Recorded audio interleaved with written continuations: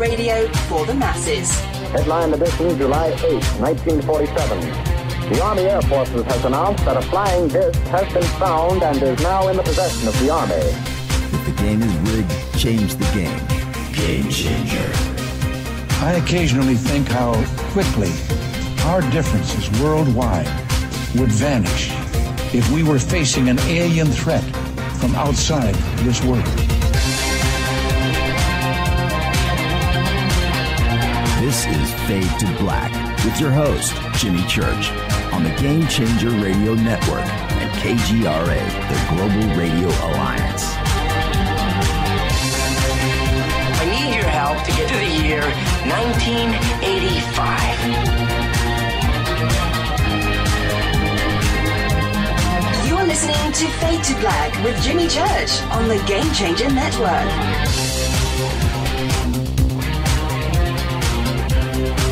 Well. Here we are. Fade to Black. Bespoke radio for the masses. Yeah, man. It's Thursday. It's Thursday, July 26, 2018.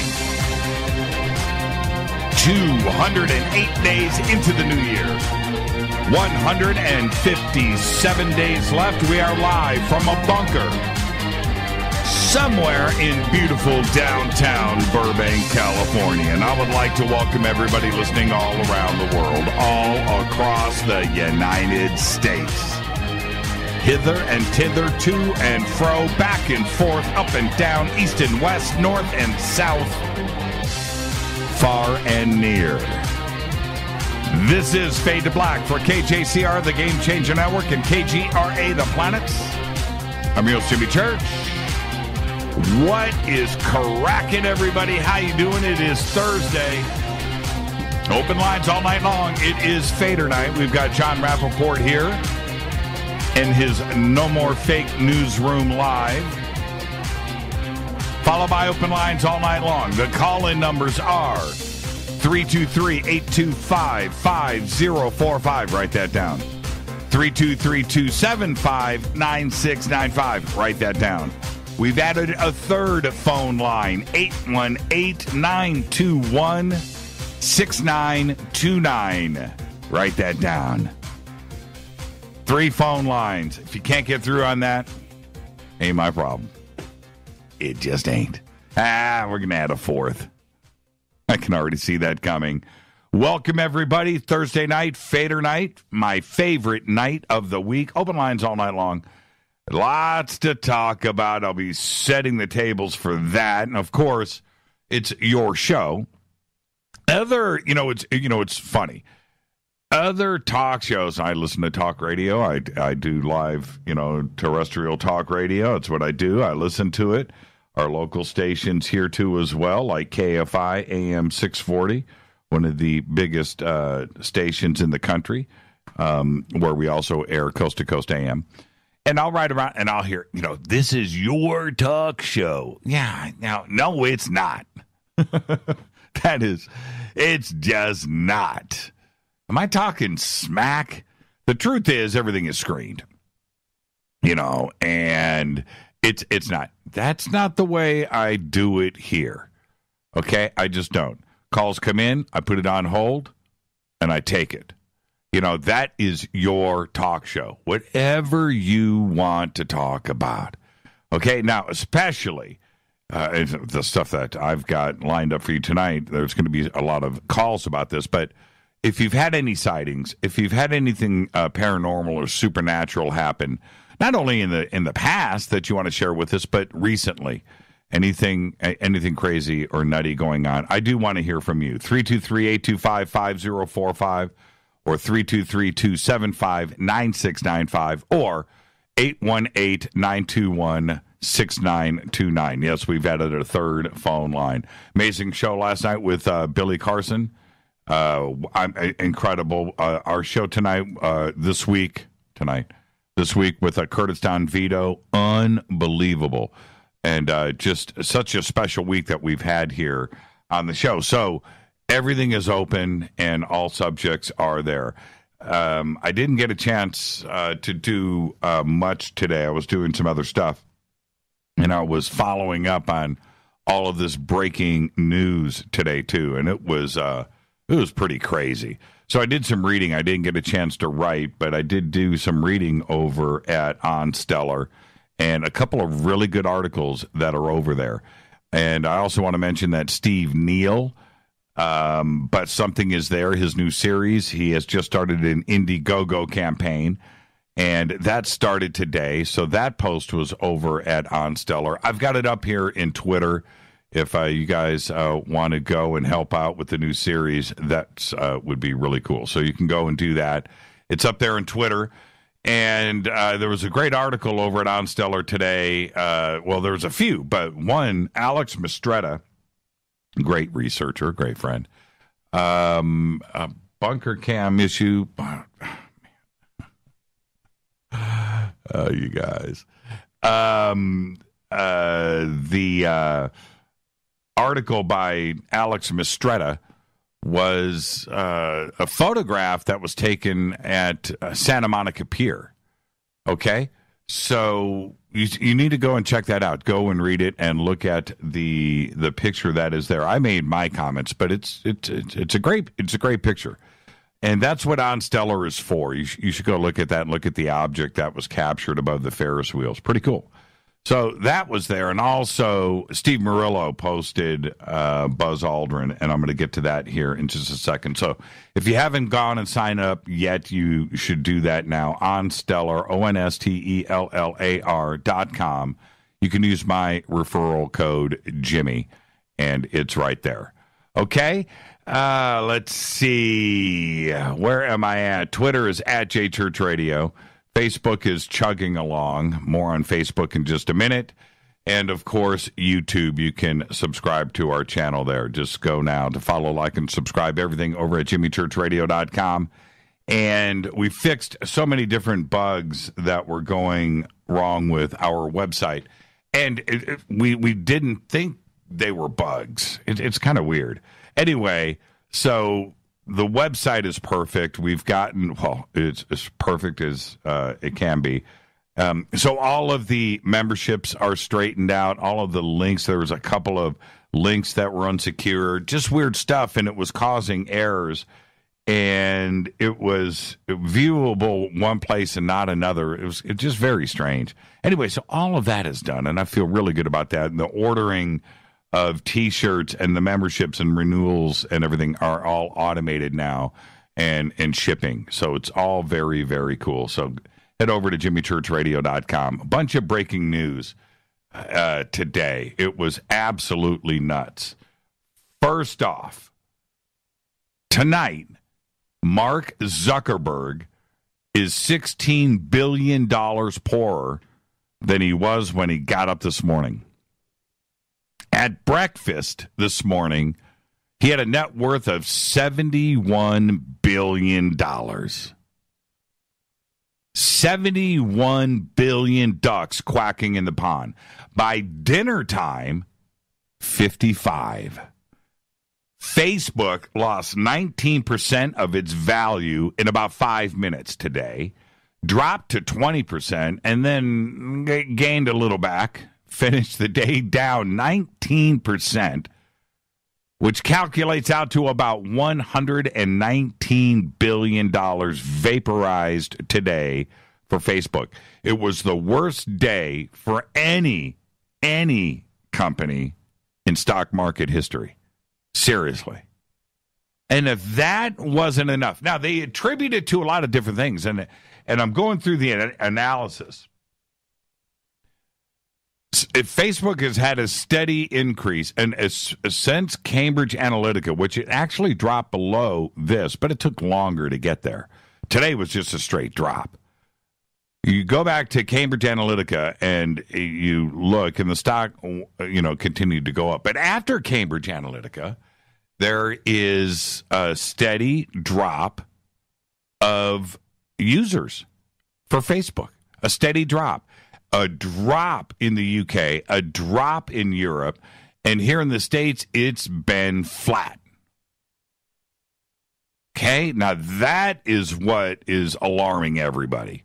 The comments that Zuck has made, and apparently, I guess he's Jewish, or he said he was Jewish, Zuckerberg, right? Okay. But those comments he made about the Holocaust, can't do that kind of stuff, man. You can't. Not if you're the CEO of one of the biggest companies in the world. You just don't do that kind of stuff. You don't do it. You don't do it, whether you think you're right or wrong. There's certain places where you just don't go. And this is the truth. This is the truth. When it comes to that kind of wealth, God giveth, God taketh awayeth. It's the truth. And his wealth based on stock, it's not like, he took a stock in the company and just sold it all out and he's got this money sitting in the bank. His wealth is based on the stock. And if the stock goes down to $1, he's worth nothing. So think about that. And so all of this ginormous wealth of his, it took a big, big hit today. And he fell, he was at number 5 in the world, I think. Forbes does a real-time billionaire monitor. Real time, right? So anytime anything fluctuates, Bezos has gone up and down when Amazon has gone up and down. But he dropped, and in that billionaire club like that, those guys, it means a lot to them. And he tumbled. I think he tumbled 2-3 spots today. So there you go. It's not just about the data mining and Cambridge Analytica, which has something to do with it. It does, but the stock regained its footing since the Cambridge announcement. But it's everything else. It's everything else. And the advertising sales on that news feed have gone down. They've dropped. So, and that's a big chunk of their market. And the other big chunk of their market is mobile. I had read today, 91% of Facebook's income, mobile advertising. Yep, you scrolling on your cell phone and clicking on ads and buying stuff. There you go. All right. Also today, excuse me, there's a 2015 video going viral today with Buzz Aldrin and an 8-year-old girl. And she asked him, she says, and I'm quoting, "Why didn't we go back to the moon, Buzz?" And his answer, and I'm quoting, is this. His answer is, and I'm quoting, "That's not an 8-year-old's question. That's my question. I want to know. But I think I know, because we didn't go there. And that's why it happened. And if it didn't happen, it's nice to know why it didn't happen. So in the future, if we want to keep doing something, we need to know why something stopped in the past. We wanted to keep going." End quote. Huh? What? Now, before you think the video's edited or it's funky or that's not really what he said, no. That is exactly what Buzz said. And I went back and I watched it over and over again. I'm watching it. I'm trying to figure it out. I'm trying to, give Buzz some, and that's what he said. Now, did he trip up in his own mind and say something that he didn't mean to say? Possibly. I mean, that's possible. In fact, I'm hoping that's what happened, because he says, "'Cause we didn't go there." That's what he says. He doesn't stumble. He just looks at her and says, "Hey, that's not an 8-year-old question. That's my question. I want to know, but I think I know, 'cause we didn't go there." He didn't say, "'Cause we didn't go back." He says, "'Cause we didn't go there." It's crazy. It's crazy. I don't know. I just don't know. It'd be different if it was cut up and it was, pieced together. It's one sentence. So there you go. It went viral. It's been picked up. It's a 2015 video. I am sure it's not what he meant to say. Or was he just being straight with an 8-year-old, and didn't think he'd get out? Or is he just ready to talk about it? Or was it just a mistake in that he just spoke his mind? He drifted off for a second and just spoke the truth. Right? I don't know. It's a crazy video, though. You can check it out over at On Stellar in the trending articles section. Look at Bart Seibel right there getting socked. Getting socked by Buzz Aldrin. All right.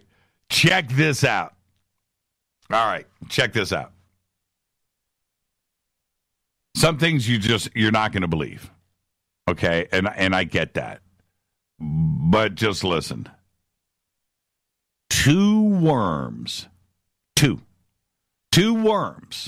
that have been frozen in permafrost for up to 47,000 years have come back to life and are now considered the oldest living animals on planet Earth.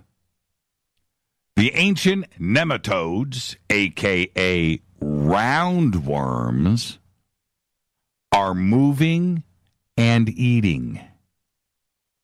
They are moving and eating again for the first time since the Pleistocene age, after coming back to life in Petri dishes.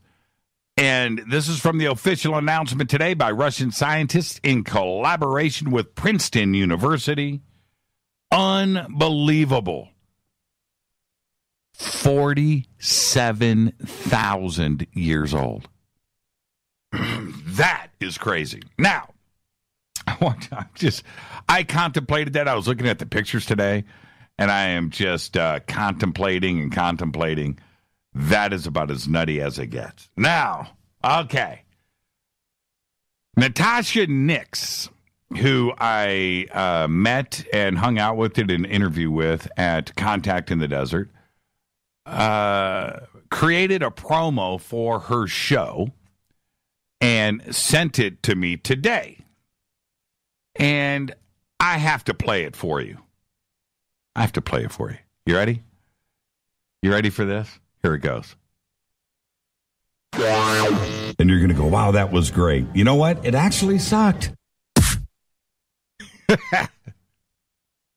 One more time.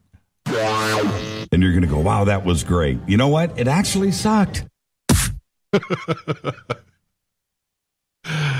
I really said it. That was during the interview. One more time. And you're going to go, wow, that was great. You know what? It actually sucked.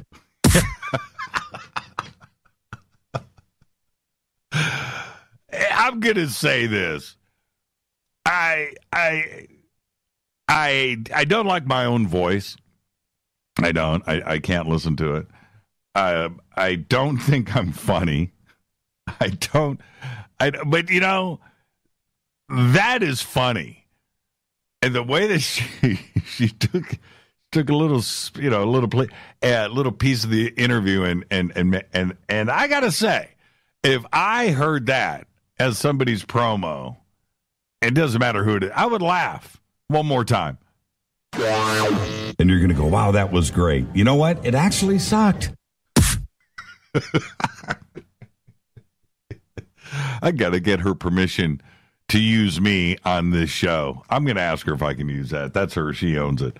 But that's cool, man. I think I'm going to drop that in to Fade to Black. And you're going to go, wow, that was great. You know what? It actually sucked. That's funny. All right. Here we go. It's Thursday night. It is Fader. That makes me laugh. That is just too funny. Okay. All right, a couple of things that I want to do. Don't forget our Soltech gathering. I'll talk about a little bit more later on tonight. It is Fadernight. And if you're going to Soltech, give me a call. I do want to talk to you. We are getting ready to post up at Soltech gathering complete book, PDF, outline of all events, everything there. Really nicely done. And that's getting ready. So the complete schedule, everything is there. And I have it too, by the way. But I'm not going to read from it. I'll let you read it for yourself. But head to SoltechGathering.com. That's going to be posted. Also, if you're thinking about going, it is my understanding we've got about 10 tickets left. And that's where it is. I believe that's where it's at. So you want to go to Soltech Gathering and get it done. Also, if you already purchased tickets, I'll talk about this a little bit later, but you haven't gotten your food and the catering straightened out, you need to head over to SoltechGathering.com and get all of that ready. And one other note, we're going to be shooting a documentary while this is going on, okay, of everything. So be prepared for that. And if you've ever wanted to appear and be a part of something like this, not only this kind of conference, but a documentary too as well, now's your chance too. So there you go, SoltechGathering.com. And it's just going to be great. Everything that we have got lined up. I'll talk more about that later on this evening. August 17th through the 19th, which is a week later, I'll be at Dimensions of Disclosure in Colorado. DimensionsofDisclosure.com. I'll be hosting the big panel on Sunday night. Come and hang out with us. Corey Good, David Wilcock, Emery Smith, Teresa Yanaris. It's going to be amazing. 20 other speakers. DimensionsofDisclosure.com. Don't forget to sign up to our podcast. We have over 895 archive shows. Custom apps, Apple, Android, all platforms, just $2 per month. Updated every single day. Great apps, too. Now, you can also become a Fadernaut at our membership section on the site, where you get the bunker cam. You get commercial-free downloadable archives. And if you get the Game Changer, you can even get that Fade to Black gear, autographed hats, all that stuff. We don't sell the hats. We don't give the hats away. We don't do it. The new shirts, the new ones for the renewals, the only place to get those is becoming a Game Changer or renewing your Game Changer. All of that is in our membership section. Plus, you get a personal private email to me. And don't forget about all of our sponsors. Life Change Tea, GetTheTea.com, Ancient Life Oil, Sacred Skulls, Numana Food Storage, and Bearing Optics. I've got to say this really quick. Happy birthday today to Mick Jagger. Mick Jagger is 75 years old. Helen Mirren today is 73. Jason Statham today, 51. Lock, Stock, and Two Smoking Barrels, right? Snatch, Revolver, trying to think. Transporter. The first Transporter was good. Our dead guy's birthday today, Stanley Kubrick. 1928 to 1999, died at the age of 70. Director, cinematographer, screenwriter. Each of his films are classics and are at the top of their genre, including, of course, the 1968 sci-fi film 2001: A Space Odyssey, the seminal 1980 horror The Shining, the 1971 crime drama A Clockwork Orange, the 1964 political satire, Dr. Strangelove, or How I Learned to Stop Worrying and Love the Bomb, and the ultimate war drama, 1987's Full Metal Jacket. On March 7th, 1999, 6 days after screening a final cut of Eyes Wide Shut for his family and the stars of the film, Kubrick died in his sleep at the age of 70 after suffering a major heart attack. Happy birthday, Stanley. Truly the greatest. On this day in history, 1947, the big year, right? 1947, Truman signs the National Security Act, which did 3 things. It created the Department of Defense. Number 2, it created the NSC, the National Security Council. And number 3, created the CIA, the Central Intelligence Agency, designed not only to gather intelligence, but to carry out covert operations in foreign nations. Fader fact. Here you go. Here you go. Fader fact. You ready? It's a good one. This is one you didn't know. Bluetooth technology was named after a 10th century king. King Harald Bluetooth. King of Denmark and Norway at the same time, united both countries. Now, yes, he had a Bluetooth. Literally, he had a Bluetooth, hence his name. The Bluetooth logo, and you always wondered what that was, right? The Bluetooth logo are the Scandinavian runes of his initials, H and B. And that is a Fader fact. See, I guarantee you didn't know that. I had to go and do all this research, and I'm putting all of this together, and I'm looking at his initials and Scandinavian runes and putting it all together. I'm like, wow, I can go public with this. I'm feeling pretty good about it. He had a little blue snaggletooth. Yeah. King Harald Bluetooth of Denmark and Norway. All right. Before I get out of here, got about a minute left. I plan on talking more about this. I'll do it during the show. This Buzz Aldrin film clip is bothering me, and it should bother you. It should bother everybody out there.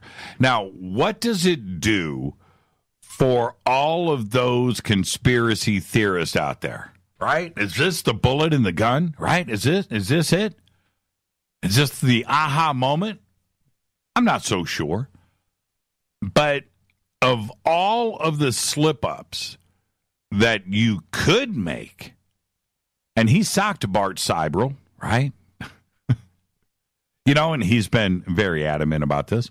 He's also been outspoken about the monolith on Phobos around Mars, wearing his "We Got to Go to Mars" t-shirts, right? Take my ass to Mars, or whatever that shirt says. And he's been out there. So he knows where not to go with this. And his statement that he made to this 8-year-old little girl was the exact opposite of what he should have said. Not only that, but it was exactly, word for word, what the conspiracy theorists needed. And it just begs to ask the question, what was going on and why the slip-up? Was he thinking the truth in his head? Was he thinking the truth, meant to say something else to her, right? And, toe the company line. And then the truth just slipped out. I don't know. That video is tough to defend. It's tough. Now, obviously, there's got to be some public stuff said about this. I don't know if NASA is going to address it. I don't know if Buzz is going to address it. But it was done in 2015, and it just never surfaced. It just never made it out. Now it's out. It's a very, very interesting statement because it's the exact opposite of what is supposed to have been said. Interesting. All right, let's get out of here. Let's get this show started. Tonight, Jon Rappoport is here with his No More Fake Newsroom Live, followed by Open Lines all night long. I get it. The calls are already coming in. You guys need to relax. I'm going to open up the phone lines at the top of the hour. This is Fade to Black. I'm your host, Jimmy Church. We added a new phone line, too. 818-921-6929. Or 323-825-5045. Or 323-275-9695. This is Fade to Black. I'm your host, Jimmy Church. We're right back with Jon Rappoport and his No More Fake Newsroom live. It's Fade to Black. I'll be right back.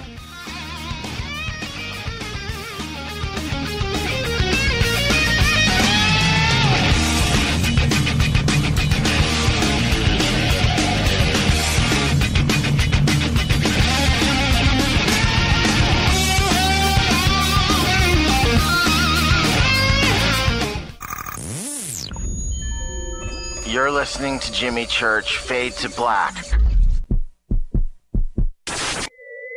Fade to Black will now pause for alien identification. The station that talks the net. KGRA Radio. When you take the beans from Central America with dashes of Indonesian and African mixed in and then roast it to the dark side of Fade to Black, you create the ultimate brew of fringe. Introducing the Fade to Black blend from Rivermoon Coffee. Yes, Rivermoon's darkest customized roast was created for the love of Fade to Black. The alchemy of masterful roasting and smoking the beans is in every sip of this full-bodied, dark Java. I need my coffee dark, deep, with distinct bittersweet chocolate highlights, just like the bunker. Leaning further into the darkness of the roast is Fade to Black blend from Rivermoon Coffee. Just click on the banner at jimmychurchradio.com and use the promo code F2BBLEND for 15% off of your order today. Go Beckley Teppy. What can I say about the most popular tea on the internet? And what do customers say about Life Change Tea at getthetea.com? A lot. But by federal law, we at getthetea.com cannot make claims to how this product can enhance your health. We cannot even post our testimonies without being in compliance.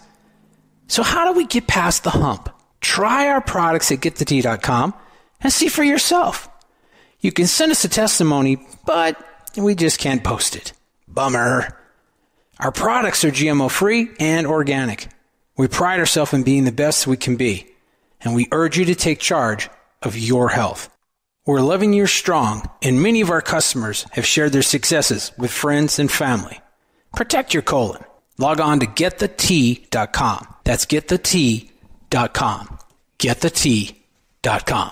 Getthetea.com. 9 out of 10 geneticists agree.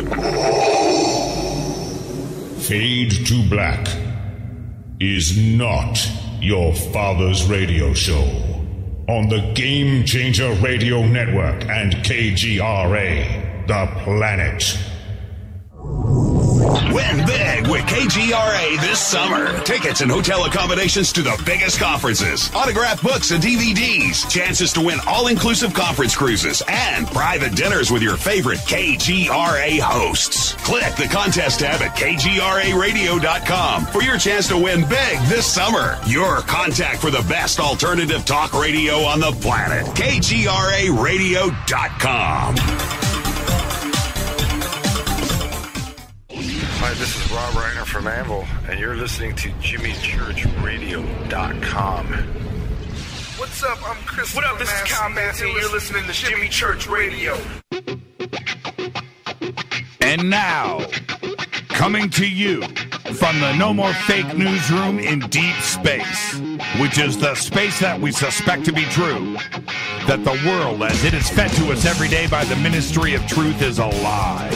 A false reality, a movie projected on the screen of our subconscious.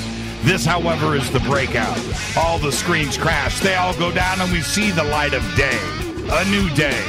No more robots, no more androids. It's the No More Fake Newsroom with Jon Rappoport. Take it away, John.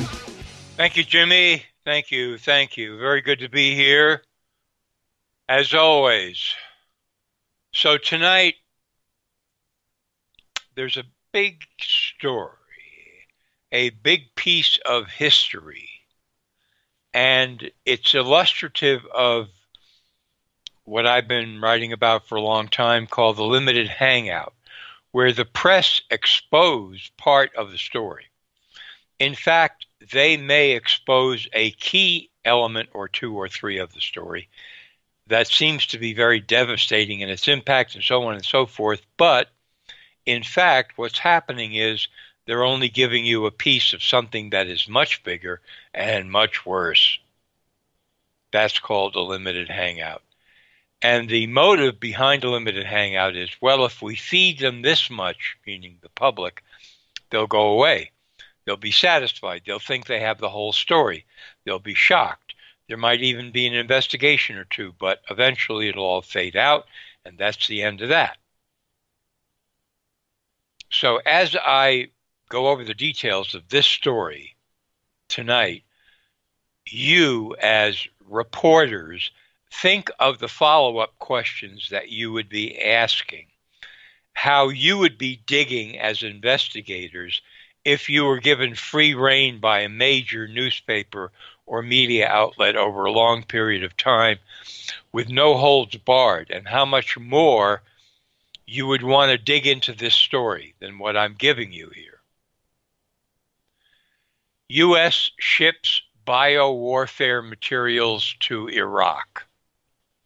That's the header on this. We're talking about the 1980s during the period of the Iran-Iraq War, which was a devastating war on both sides and ended up in a kind of a stalemate, ceasefire, 1988. The U.S. was backing both sides, but preferred Iraq. They definitely did not want Iraq to be decimated and destroyed and lose that war. Strange, because only a few years later, the U.S. declared war on Iraq. Gulf War I. Okay? But now, here we go. All right, so we know that in 1975, U.S. signed on to an international treaty banning the production, use, and stockpiling of biological weapons, and ditto for chemical weapons in 1993. That's another story. But here we go. A quote from the Washington Post, September 4th, 2013. The administrations of Ronald Reagan and George H.W. Bush authorized the sale to Iraq of numerous items, including poisonous chemicals and deadly biological viruses, such as anthrax and bubonic plague. End quote. Between 1985 and 1989, a U.S. 501c3 firm, nonprofit, called American Type Culture Collection sent Iraq up to 70 shipments of various biowar agents, including 21 strains of anthrax.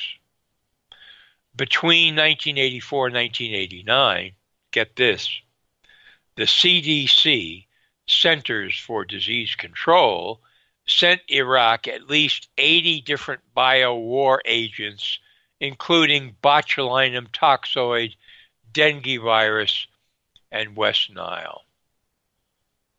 So, in case you're still wondering why I or anyone else would doubt the veracity and sincerity and honesty and honorableness of the CDC, just think about that. Between 1984 and 1989, the CDC sent Iraq at least 80 different biowar agents. Quite incredible.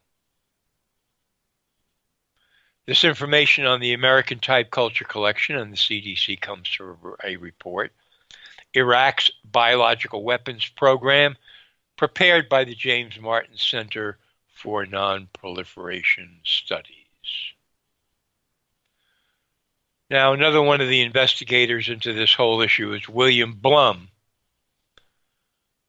In an April 1998 Progressive article called Anthrax for Export, Blum cites a 1994 U.S. Senate report confirming that in this period of 1985-89, U.S. shipments of anthrax and other biowar agents to Iraq were licensed by the U.S. Department of Commerce.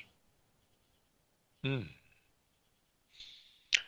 here from this Senate report is a quote. These biological materials were not attenuated or weakened and were capable of reproduction. It was later learned that these microorganisms exported by the United States were identical to those the United Nations inspectors found and removed from the Iraqi biological warfare program, end quote. Okay?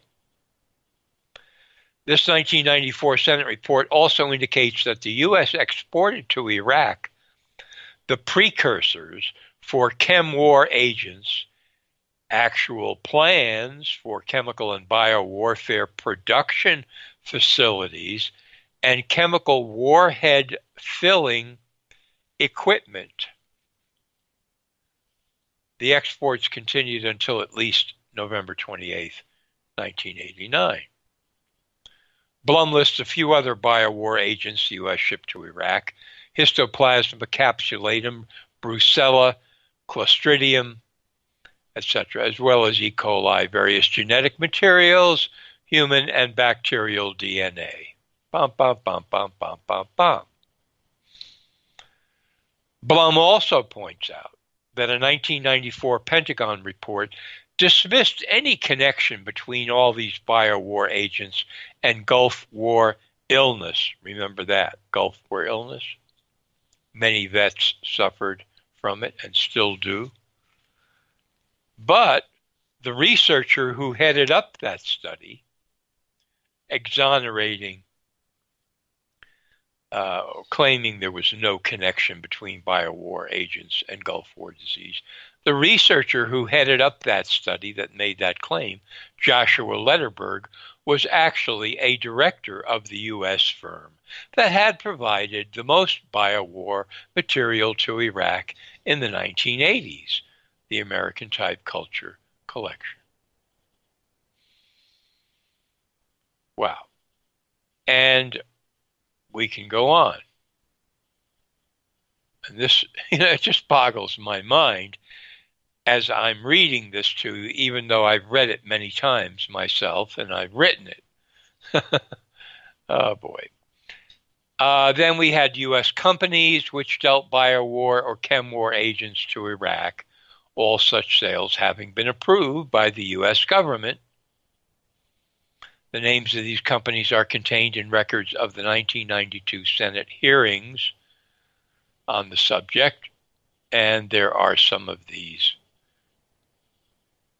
Solaire Corporation, Pure Air Corporation, Posey Seal, Union Carbide, Evapco, BDM Corp, Spectre Physics, and about a dozen more corporations. Also from the Blum article, quote, hold on to your hats for this one. A larger number of American firms supplied Iraq with the specialized computers, lasers, testing and analyzing equipment, and other instruments and hardware vital to the manufacture of nuclear weapons, missiles, and delivery systems. Computers in particular play a key role in nuclear weapons development. Advanced computers make it feasible to avoid carrying out nuclear test explosions, thus preserving the program's secrecy. Nuclear. Getting into nuclear.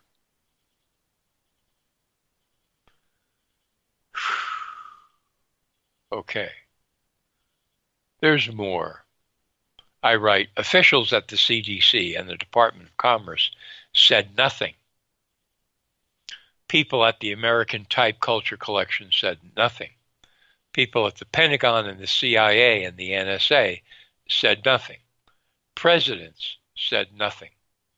Employees of the corporation who supplied germs and chemicals to Iraq said nothing.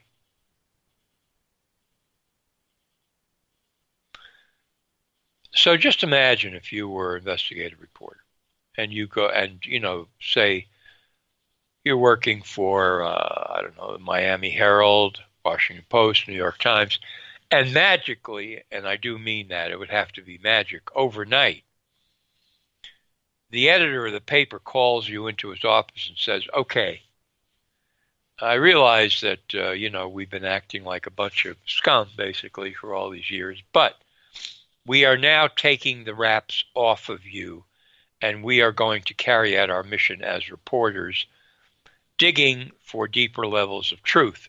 And this story about U.S. shipments of bio-war materials to Iraq begs for deeper investigation.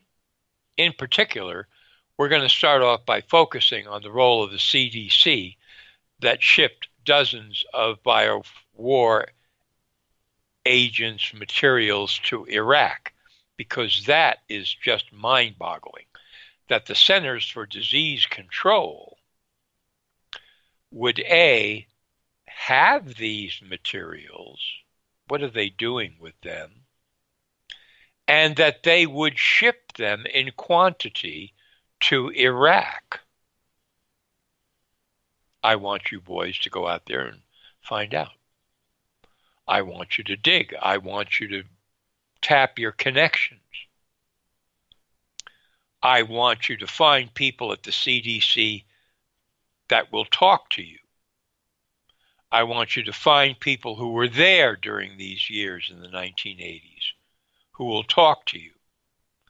I want you to find people who will roll over on their higher-ups at the CDC.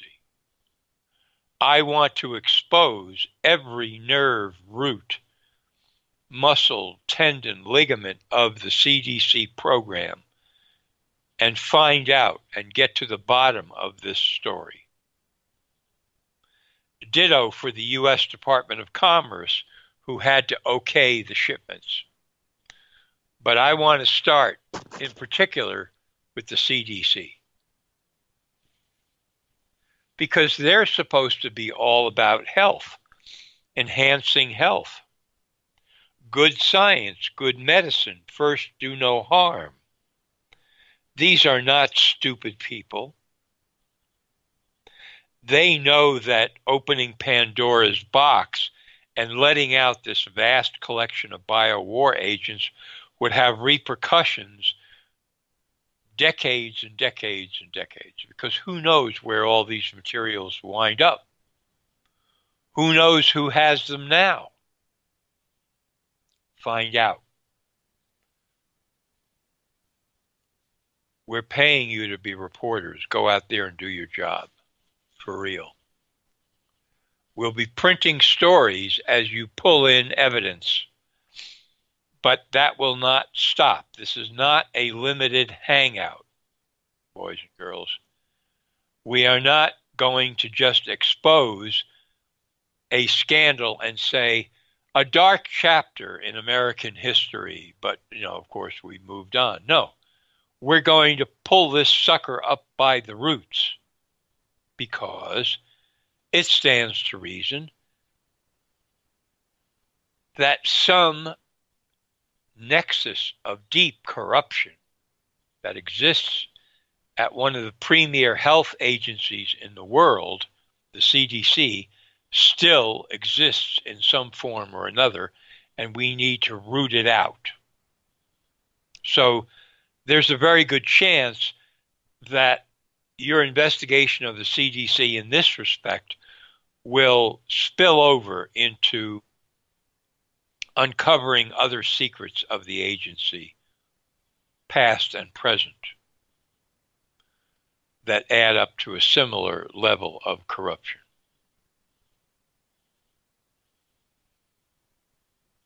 I mean, this is unthinkable, this program that we're talking about here, of shipping bio-war materials and nuclear support materials to Iraq.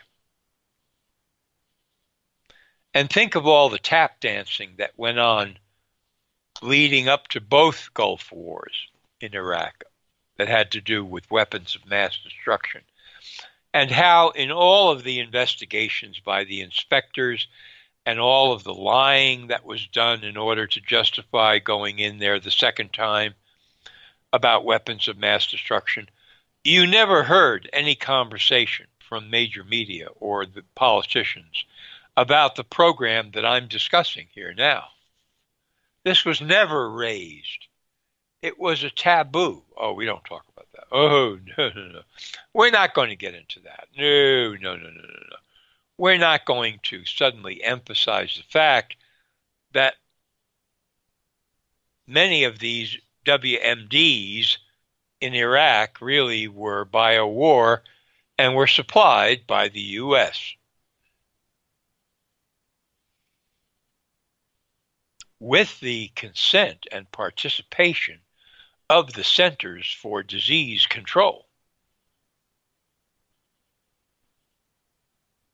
That would sort of be on a level of your doctor telling you, don't worry, whatever these symptoms you have are, you'll be getting the best treatment from me and so forth. And by the way, I just want to let you know, in case you think it's relevant, that 25 years ago I was instrumental in shipping bio-war materials to Iraq.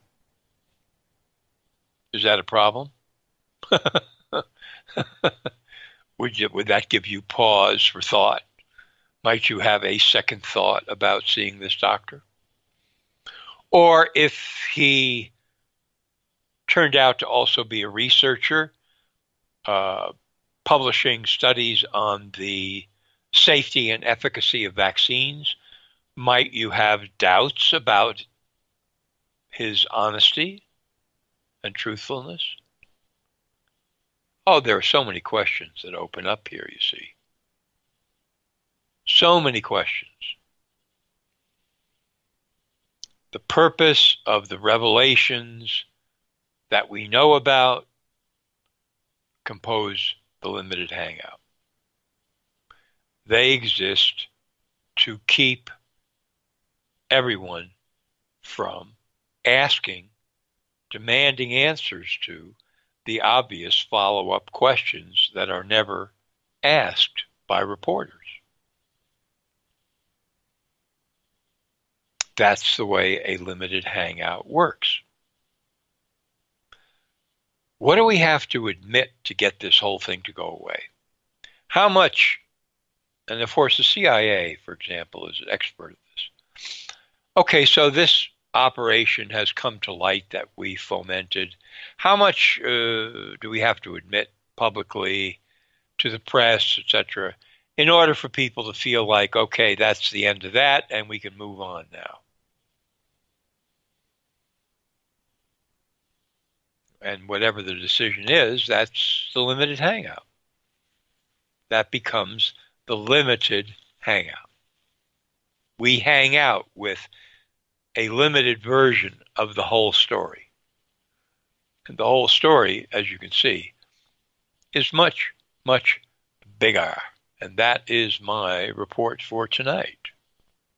Oh, John, and thank you for that. I had on the show, this is about 3 years ago, I would have to go back, and this is what's great about having you on. I never know, and I don't want to know what you're going to discuss. I want to be blindsided with this along with the audience and, share the outrage, right? But so I did a show about 3 years ago with, I think he was a sergeant in the Army deployed, and he made these statements that while, and I believe it was the international airport, right? Whatever it was, Saddam International or whatever they call it. Right, yeah. And so they're closing in, and the Iraqi army is, trying to have a last stand there. But while they were there, they came across some weapons in shells, I believe. I'd have to go back and listen. But anyway, he goes, and they were chemical weapons with our logos on them, right? And so, and I think it was somebody from the CIA, some handler, some controller came up and said, okay, we need to destroy this stuff. And I have to go back and listen to the entire thing, but that, it was the exact opposite of what we were being told. Yes. Now, I've read that exact scenario from several different sources, just exactly what you're saying. In the version that I recall the clearest, the reaction was, this must never be known, that these chemical weapons, biological weapons, whatever, carry U.S. signatures and labels on. So very good in discovering them. Now you must never speak about the fact that they came from the U.S. That this was the reaction of the field supervisors when their guys discovered this stuff over there. So, yeah, no question about it. Absolutely. And the other part of this is there's got to be a money trail. Yep. Were we giving this stuff to Saddam's regime, or were we selling it to Saddam's regime? Yeah. It looks like we were giving it. Now, here's another real interesting thread that, you know, in an ideal world, we would have reporters all over this. The American Type Culture Collection, a 501c3 nonprofit group, you know, they sent the most materials, biowar materials, to Iraq. You know, who are these people? I mean, what are they doing with all this stuff? They seem to be a sort of a hybrid organization, nonprofit, yet part of the government or a very close government contractor, repository, blah, blah, blah. It looks to me like this was given, like foreign aid, military aid. I may be wrong, and there's usually a money trail somewhere. Somebody's making money off of this. That's right. I don't know who in this case, but that's, you know, another line to follow. Who made the money? You know, and there's the other part of the CDC that I've always found alarming is that all of the little laboratories around the country, these little startups that are creating vaccines, whatever it is, right? You're going to go fight Ebola. And they announce, you know, that these small, you know, little, you know, 3, 4, 5 researchers, and they're working on the stuff. Next thing you know, the stock goes up. The company is valued at $100 million, and then the vaccines are never created, but somebody's profiteering off of that. And then the company goes nowhere, and it seems to disappear, but the CDC is in the business of inflating stock prices for these individuals that take the money and run. And it could be the same situation here with this, where the CDC is indirectly profiting or having other people make money on this to do this program and make it run. Right? It seems like it's the same business model for them. Yes. Somewhere I remember reading the stock market valuation of certain companies at the time, I believe, went up. You know, companies allied with the production of these materials. Right. Right? Yeah. So, because, and this is true of your federal government in general, I mean, depending upon who gets the federal contracts, this is going to affect stock prices of these companies. That's it. Right? It happens over and over again. And you look at something like this, it's like, well, the CDC's been doing this for a long time. And any little company, right, that announces these massive federal contracts that they've just closed, boom, suddenly their valuation goes through the roof. Look what happened in Puerto Rico, right? One person gets a $25 million, whatever it is, contract to deliver water, right, or whatever it is, and suddenly they have a company that's worth a ton of money. Now they've got to go hire employees and everything is good. It's the same thing here. And it's over and over again. You know, we're on a treadmill, right? We just keep walking through this, and it's never going to stop. Never. No, because government, I mean, all governments, but especially the United States federal government, you know, they collect taxes, they print money out of thin air. Money is available in gigantic gobs and slabs. And there are contracts to be let out and people to make money and congressmen to go home to say to their buddies, we got you the bridge, we got you the road, we got you this. Government money's coming your way. I'm your hero. And if it's bio-war materials that are the subject of the thing, oh, well, somebody's making money. Let's do it. Let's be the ones to make the money. Unbelievable. John, thank you so much, man. Just watch your back. That's all I got to say, man. Thank you, Jimmy. All is well. I'll talk to you, and we'll see you next Thursday. Thank you so much. Thank you. Jon Rappoport. Start your day off every single day the way I do at nomorefakenews.com. And talking about making announcements and inflating stock prices, I've just got in the new announcement from Tom DeLonge and To the Stars Academy of Arts and Science. I'll read you the entire announcement when we come back. Stay with us. It's Fade to Black. I'm your host, Jimmy Church. Thursday night, Fadernight, opening up the phone lines now.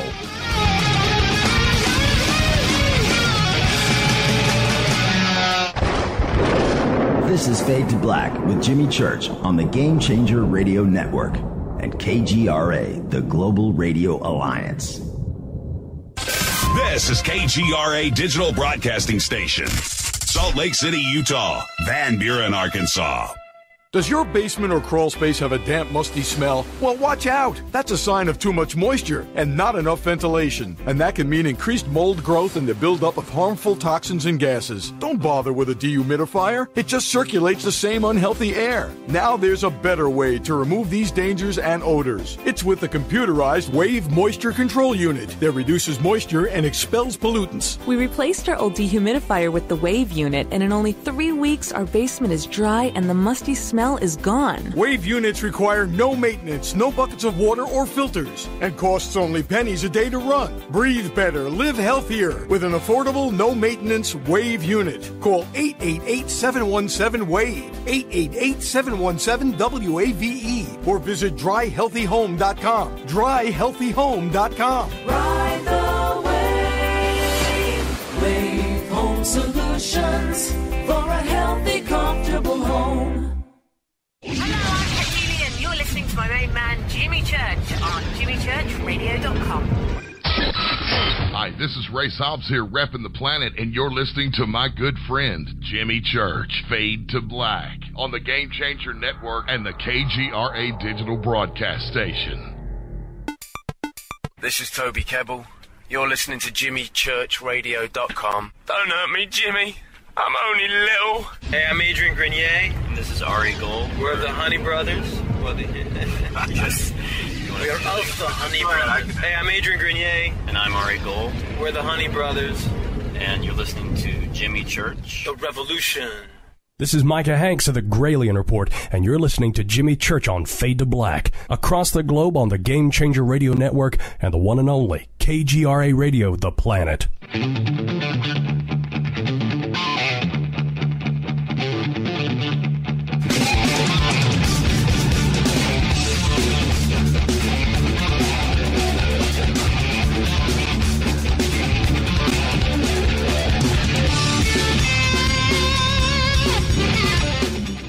All right, welcome back. Fade to Black.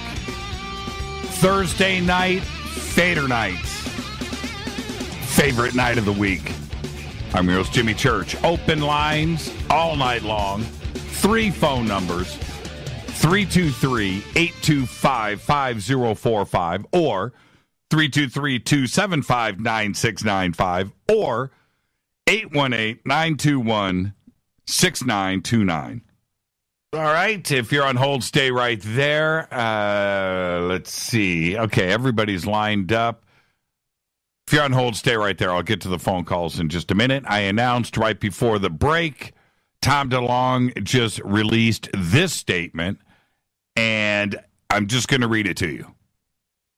To the Stars Academy of Arts and Science announces the ADAM, A-D-A-M, research project, an academic research program focused on exotic materials for technology innovation. I'm not sure what that means. That's the headline. Here is the announcement. Investors and friends, today we announced the launch of our flagship research program, the Adam Research Project, and our partnership with Earth Tech International, earthtech.org, a pioneering research organization in Austin, Texas, at the forefront of next-generation science and technology. Project Adam, an acronym for Acquisition of Data Analysis of Materials, will focus on the collection and scientific evaluation of material samples obtained through reliable reports of advanced aerospace vehicles of unknown origin. We are overwhelmed by the reception of world-class team that has received since the launch of the company, and are confident in our ability to be among the leading research teams focused on trying to answer some of the biggest questions of our lifetime. We have been busy the past few months setting up infrastructure and operations. We have been fortunate to have incredible people reaching out to us from all over the globe to collaborate in our scientific exploration, and are committed to the thoughtful, open-minded approach to our endeavor. None of this would be possible without your continued support, for which we are grateful. We look forward to sharing our journey with you. Signed, Tom DeLonge, CEO to the Stars Academy of Arts and Science, released on this day, July 26, 2018. Sent out at 3:39 p.m., by the way. So, what do you make of that? What do you make of that statement? That is very, very interesting.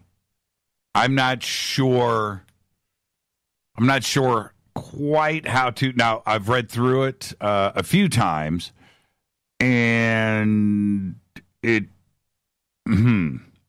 want your comments. Let's go to the phones. Hi, you're live on Fade to Black. Who's calling? You're up first. Inquire within, Jimmy. How are you, man?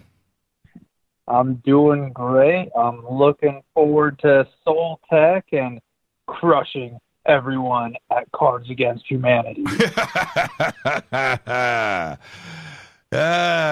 Cards Against Humanity. That's some fun stuff, isn't it? Yeah, that I was pretty stoked when I saw that Rita had posted that was going on, and then that Twitter feed of her posting that got a little out of hand there. So that was a good warm up of what's to come. Yeah, and did you see the Richard Dawkins card flip? Did you see that one? I'm not sure if I did. Okay, it's just funny because everything that I say on this, Richard Dawkins is my favorite guy to bag on, right? So, and watching these flip, you know what? Rita should post it up again in Twitter because I don't want to get it wrong. But you need to go and see it. It is really, really funny, and it's got this fade to black. I don't know how to put it. It's got this fade to black connection. Okay, so when you read it, you go, wait, what are the odds of that, right? So anyway, we'll get that up there. But it's funny, man. It's a fun and funny. It's just hilarious.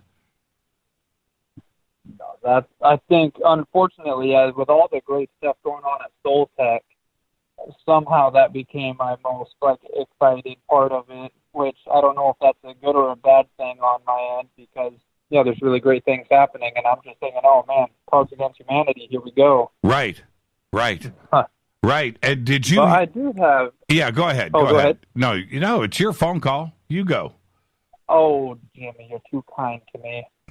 One thing I had on my mind today with, all the talk of disclosure, UFOs, all the crazy stuff going on. It's been a while since I've heard about paranormal stuff in the kind of ghostly way. So I was wondering, I'm sure you've probably said it 100 times on air before, but what is the most crazy paranormal thing that you've experienced or seen? That my craziest paranormal experience? As opposed to UFO or just yeah, like in the outside of the UFO world.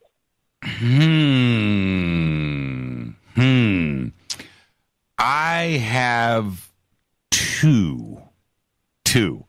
I have the. Okay, I'll tell you the. You know what? I'm going to tell you the rock and roll one. How's that? Okay, I got a rock and roll one, and this is what happened. I'm producing a concert at the country club in Reseda, and after the show that night, and we had all the big bands, Rough Cut played that night, and I'm just trying to think. It doesn't matter. So this is back in like 1987, and so after the show, I'm driving to my girlfriend's house in Hollywood, okay? And she lived in a back house. This is 30 years ago. And she lived in this back house. And so it's 2 o'clock in the morning, the club closed, and I immediately jumped in my car and split because we were meeting a bunch of friends over at, an after party kind of thing, right? Okay, so I jump in my car, and I didn't want to be late, and I get to Hollywood probably at about 2:30 in the morning, and I was expecting everybody to be there, but they weren't yet, and I pull into the driveway, and I pull to the house, the back house. The house in front is empty. There's nobody living there, and I pull up to the back house, and I park my car, and I look over, and it's dark. The house is dark. So I'm just sitting there in my car, and I roll down the window, and I just kind of turn my head, and I looked at the back house, and I see the curtains, the blinds or curtains or whatever was there, pulled to the side, open up, and I see this face look out through the front window at me. I went, oh, somebody's here. Okay, well, why didn't they just come out? They heard my car pull up. They saw the headlights. I'm kind of frustrated.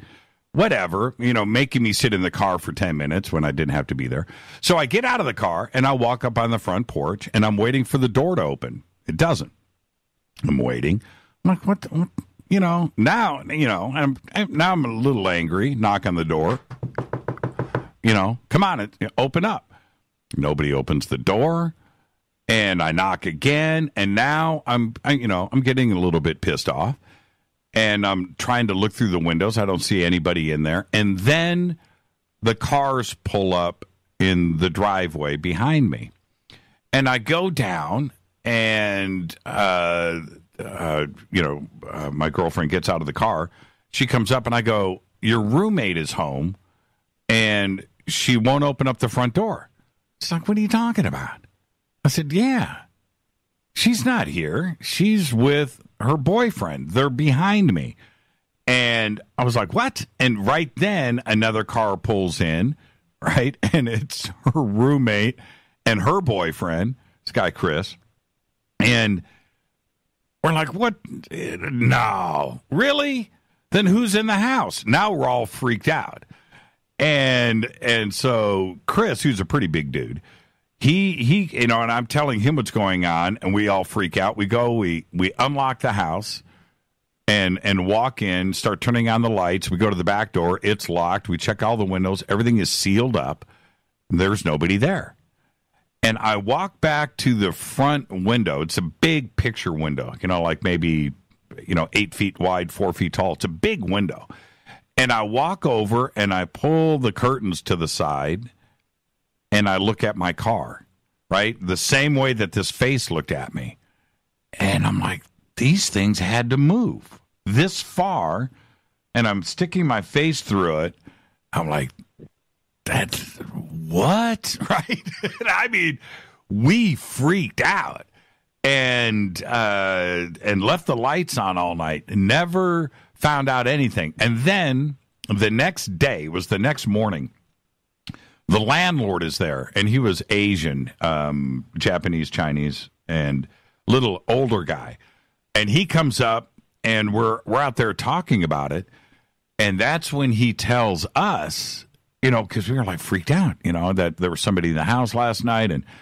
And he goes, my son used to live in this house, in the front house. But last year, he committed suicide. He lit himself on fire in the living room. What did you just say? And he goes, yeah. And he goes, yeah. And I went up and he goes, and my memory was he invited us in. He opened up the back door of the house. And I looked through. I didn't go in, but I looked through and I could see straight into the living room. And I saw the black spot on the wooden floor in front of the fireplace. Big, burn spot on the I was like, oh, my God. You got to move out of this house, man. Right? And so, yeah, that really happened. Just exactly like I'm telling you right now. There's nothing to, elevate or take to the extreme or anything like that. That's how it went down. And it was crazy. It messed with me for a long, long time. I don't think I went back to that house. I don't think I went back. I was too freaked out about the whole thing. Yep. I actually, about a year ago, I told this story on the air, and I went back in Google Earth, and I went and looked at the house, and it's still there. The house is still there, and the back house is there. But, I'm not going to disclose the address, but that's a real story, man. It's a real story. Oh, I'll tell you. You want me to tell you the freaky part? From that house, from the back house, if you had a really good rock, you could throw it over the building and hit the Church of Scientology's main headquarters. It's like right there, man. It's even better. Yeah, I know, right? So there you go. How about you? What's your best paranormal story? Oh, man. So mine is from probably about 3 or 4 years ago. I have a friend of mine who him and his girlfriend, they had gotten, it was a pretty good big house, few acres, but it was built in the 1800s. And at this point in time, I was very skeptical about anything paranormal. I was interested and fascinated in it, but I didn't really think it was real. And same with my friend, but his girlfriend was very into it all, and he was starting to tell me, he's like, man, I've been seeing this little girl pop up in the house. And then he was telling me that when he moved into it, there was a room where it had a padlock on the outside of the room. So it was like someone was locked in it. And for a while, I thought he was kind of messing with me, making that up about his house. And then he invited me out there for a party. And so I go out there, and he's showing me around. And just from the stories, I was already kind of spooked about the place. Right. But then hearing the stories from him and his girlfriend about how he even was convinced that there was stuff going on at that point. And I parked next to this one shed, and I didn't know anything about it or whatever. And I'm about to leave the party. I'm starting to walk back to my car, and I just had this really weird, gross feeling going on in me. And I was thinking, okay, maybe I had too much fun at the party. Maybe it's just in my head. But the closer I got to my car, the more that was going on. So I went back to the house, and I was telling them, and they were saying that they've never opened that shed because it's locked up, and they've always had bad vibes from it and stuff. And so it was a moment I wasn't all too proud of for being such a man and all. But I had his girlfriend walk me back to my car, man. That was tripping me out. Right. So I started walking to my car again, and I start hearing like whispering, circling around my head. And so I didn't say anything about it. I just got in my car, waved goodbye. And then right when I started my car, I started hearing banging on like all the windows around my car, and there was no one there. And so I just peeled out, out of his house and sent a text apologizing for ripping up his yard when I got out of there. Wow. Were they? Yeah, so they weren't messing with you. You didn't see the hands. You just heard them. Yeah. Oh, They man. lived there for years, and so over time they started researching into the house and found out that there was a little girl that had died there. Oh. And so they would see this little girl stand at the end of their bed, but from what they were telling me was that they came to the conclusion that she was like good and kind and stuff, but that there was some other darker presence in the house too. And they went through a lot of roommates, and then something that I think is pretty intense that they would do to mess with new roommates when they would move in. Because the new roommate would obviously always get that really sketchy room that used to be locked up. Right. They would hide a Ouija board in that room. No. And then not tell them any of the stuff about the house. And like they would only have good friends move in, and then they just thought that this was funny to do to people. And so, then when friends would start telling them, like, I keep having nightmares and stuff in this room, what's going on? And then they would lay it all out on them and then pull out the Ouija boards. Like, hey, you guys are nuts. not doing that. You excited about Soul Tech, man? We're less than 2 weeks away. Can you believe it? I am excited. I'm still getting ready for all that stuff. I'm crunching to pull off some stuff, but I'm gonna pull it off.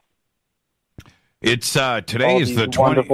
Today is the 26th, man. We're going to be up there on the 7th. So excited! I mean, it's here. That's it. I mean, it's like I'm ready to just start packing now. Here we go. Yeah, same here. I remember however long ago that I got tickets for my girlfriend and I, and all summer I was just like, I just want to fast forward to August and go do this. That is definitely going to be my highlight of the summer. For everybody. I'm very excited to meet everyone. Yeah, yep. For everybody, it's going to be like that in choir. And I'm being serious about it. There is my memories of ECETI and, all of the conferences and getting out there with all the Fadernauts. There's things that are great about every single one. But ECETI and what went down there for me, I haven't chronicled, sat down and wrote everything out, day for day. But we had so many from the orientation the night before everything or the day of. From that orientation forward, so many different things happened to me personally, just minute by minute all day long. It was crazy. It was nuts. And so we have all of that. Then you throw in what was going on at the Field of Dreams every single night. We had Lorcan O'Toole and his Bigfoot sighting. We had that door opening up on the mountain, or, whatever that was. And it was one thing after another nonstop. And in between all of these great events, these things that were going on, were the conversations that we were having with everybody and the friends that we made and all of the meals and sitting there and in eating and hanging out. It was so much fun. It was just a singular event. And I cannot wait for Soul Tech because I know it's going to be the exact same thing for everybody, yourself included. It's going to be so cool. Oh, man, that and then Cards Against Humanity, it's going down. Well, things are getting hostile on the internet, and it's going to get more hostile on Thursday. Well, and be ready. And you're going to be doing the release of your new album. Oh, yeah. Yes. I am. I'm glad that I've managed to get that recorded and produced in time. I cannot wait. It's going to be so much fun. So we'll see you. Safe travels. We are 11 days out. 11 days out. And tonight's Thursday, right? So we're going to get to Sunday. Then that's it. And then we're going to be a week out. And a week from this Tuesday, we are going to be at ECETI. We're going to get there a couple of days early. We got to pull the land yacht in there, and so that's going to be really cool too as well. So we'll see you up there, man. Sounds good. Thank you, Inquire. Behave and be well, and I can't wait. I can't wait to hear you play. I can't wait to hear your CD, and of course, Cards Against Humanity. That's what I'm talking about. Inquire within, behave and be well. You too, man. See ya. Thank you so much. And now I'm looking. I have got to do this, and then I'm going to do this, and then I'm going to say more phone calls are next. This is Fade to Black. It is Fadernight. It's Thursday. Open lines all night long. 323-825-5045, 323-275-9695, or 818-921-6929. It's Fade to Black. I'll be right back. Stay with me.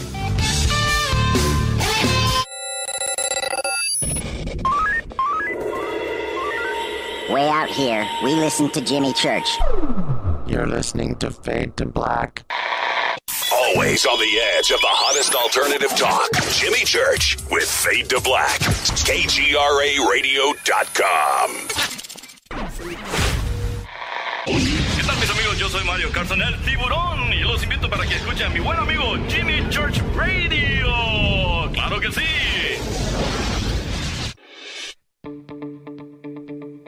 Hurricanes, earthquakes, wildfires. This year we've experienced more than our fair share. This is Jimmy Church of Fade to Black, and last month I decided to make sure my family does not have to worry about food should we get caught in a real emergency situation. Introducing Numana, a healthy, storable product that tastes so good that you'll want to eat it every day instead of just during those times of duress. All Numana products have a 25-year shelf life, are MSG and GMO-free, no preservatives, and are made in America. With the Numana pack in your home, you'll be able to sleep at night knowing that you've protected your family. Not only have I tasted and tested, I own it. Now you can too. Just click on the Numana banner on JimmyChurchRadio.com and use the promo code Jimmy when you order. In addition to a discount, we'll send you an autographed Fade to Black t-shirt. Seriously. Go Beckley Tappy. Do you worry a lot? Whether you're a college student, busy professional, parent, or grandparent, ongoing stress and elevated levels of the stress hormone cortisol can rob your memory, your health, and your future. Now you can combat the effects of stress and anxiety while improving your memory and recall at the same time with the dietary supplement Calm and Clever. Studies show that the ingredients in Calm and Clever reduce cortisol by as much as 30% in 1 to 2 weeks. Call 1-800-758-8746 or calmandclever.com. You listen to us, and we listen to you. And so does the CIA. KGRARadio.com. You are listening to Fade to Black with Jimmy Church on the Game Changer Network. Oi, oi, I'm Reese Evans. You're listening to Jimmy Church. This is Revolution. The revolution will not be televised. The revolution is on radio. Ciao.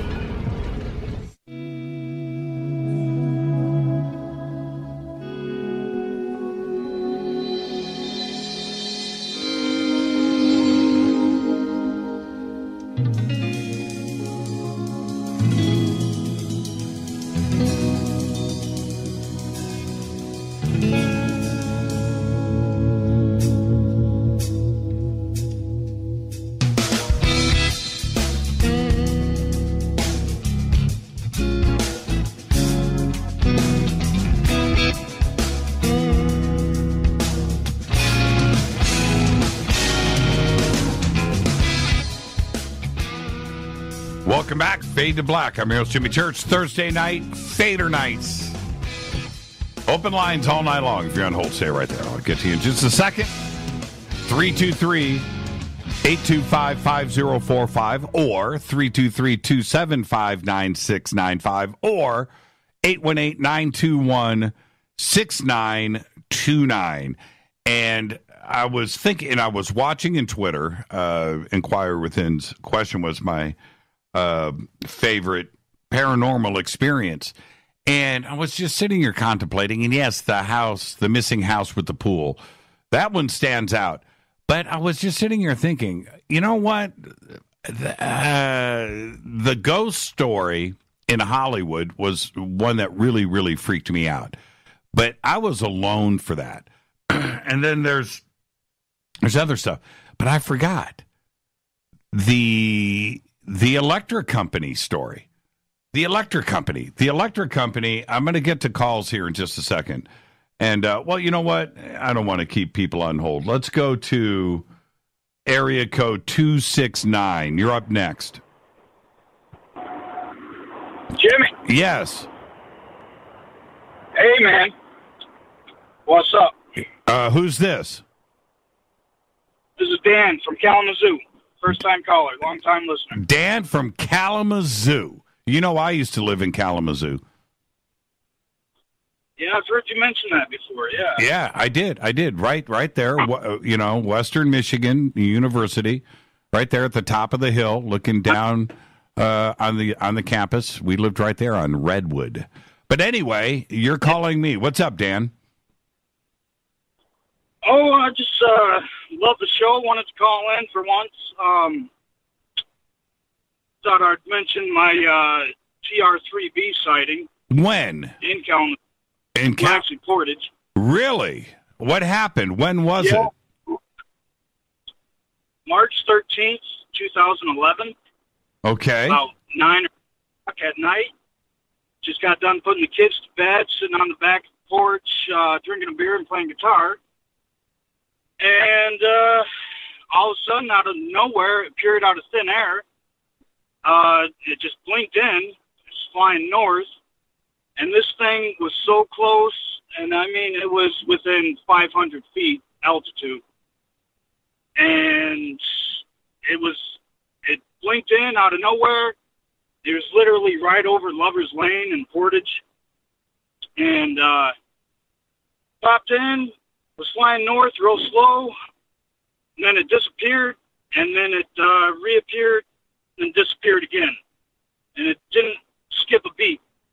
Like it was, you know, kept on flying north, just disappeared. I don't know.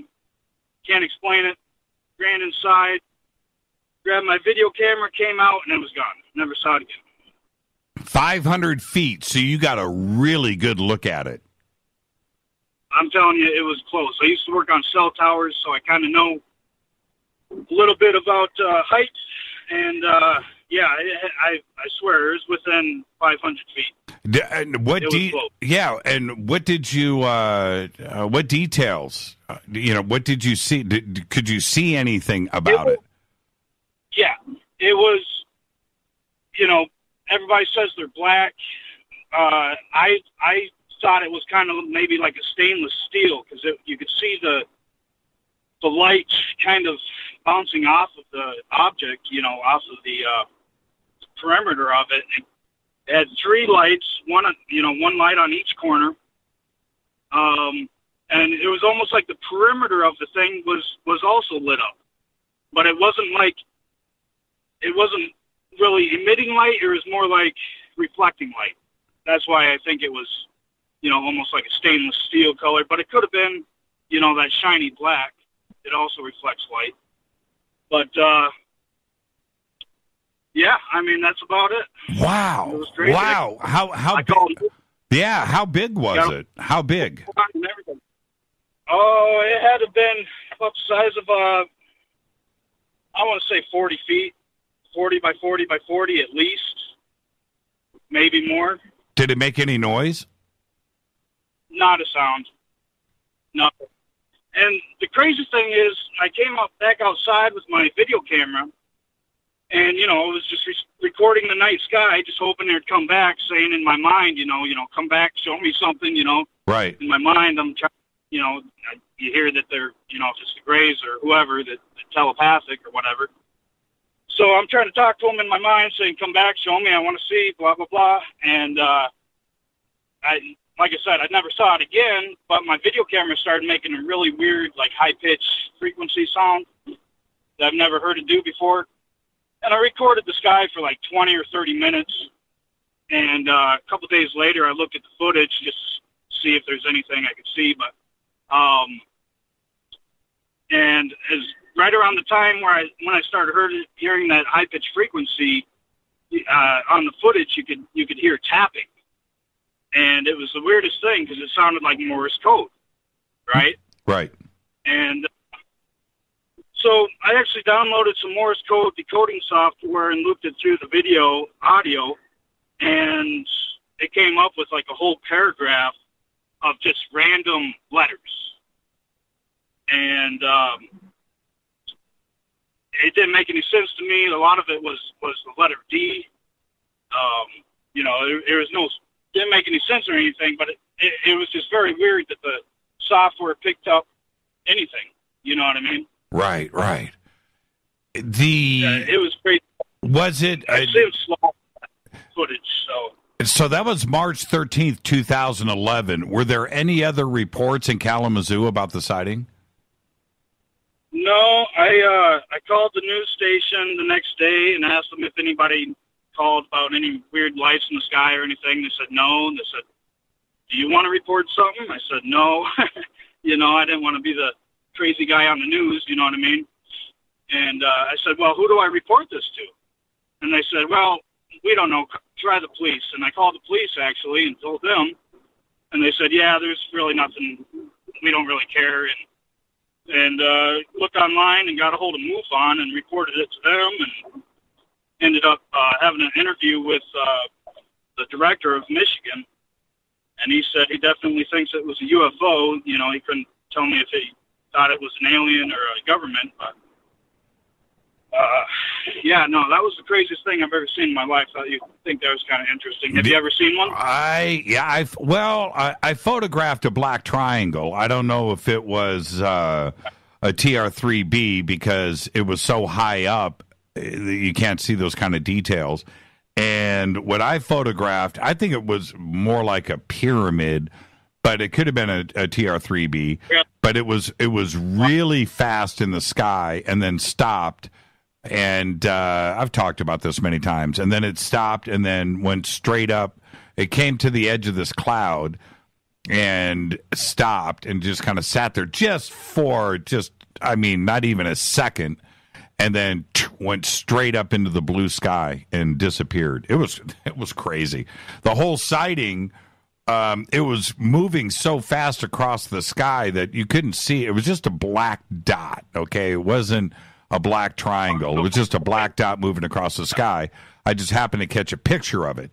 Anyway, I have no idea how fast it was going, but at that altitude, the way it was moving, it had to have been going thousands of miles an hour. And then it just stopped. And that's what caught our eye, that it was just, streaking across the sky. But then it just and stopped. It was crazy. So I grabbed a picture of it. And when you look at it with the jeweler's loop, you can see that it's clearly a black triangle. So was it a TR-3B? I don't know. Have I seen a TR-3B up close like you? No, I have not. I would love to have that kind of sighting, though. Seriously. But what else really crazy is my camera. I was looking at it, sometime afterwards, and it was right around. I'm not sure if it was the same day I saw that sighting or if it was a couple days later or what have you. But there were some weird pictures in the beginning of the camera, of all the pictures, and I swear it looked like it was a picture of Earth from space, and there was like a trail, like a chemtrail, you could see in the picture, and it really, I can't even fathom that maybe I, was abducted or something. I don't think I was. I think it was just like, I don't know, some stock pictures or something maybe from when I bought the camera.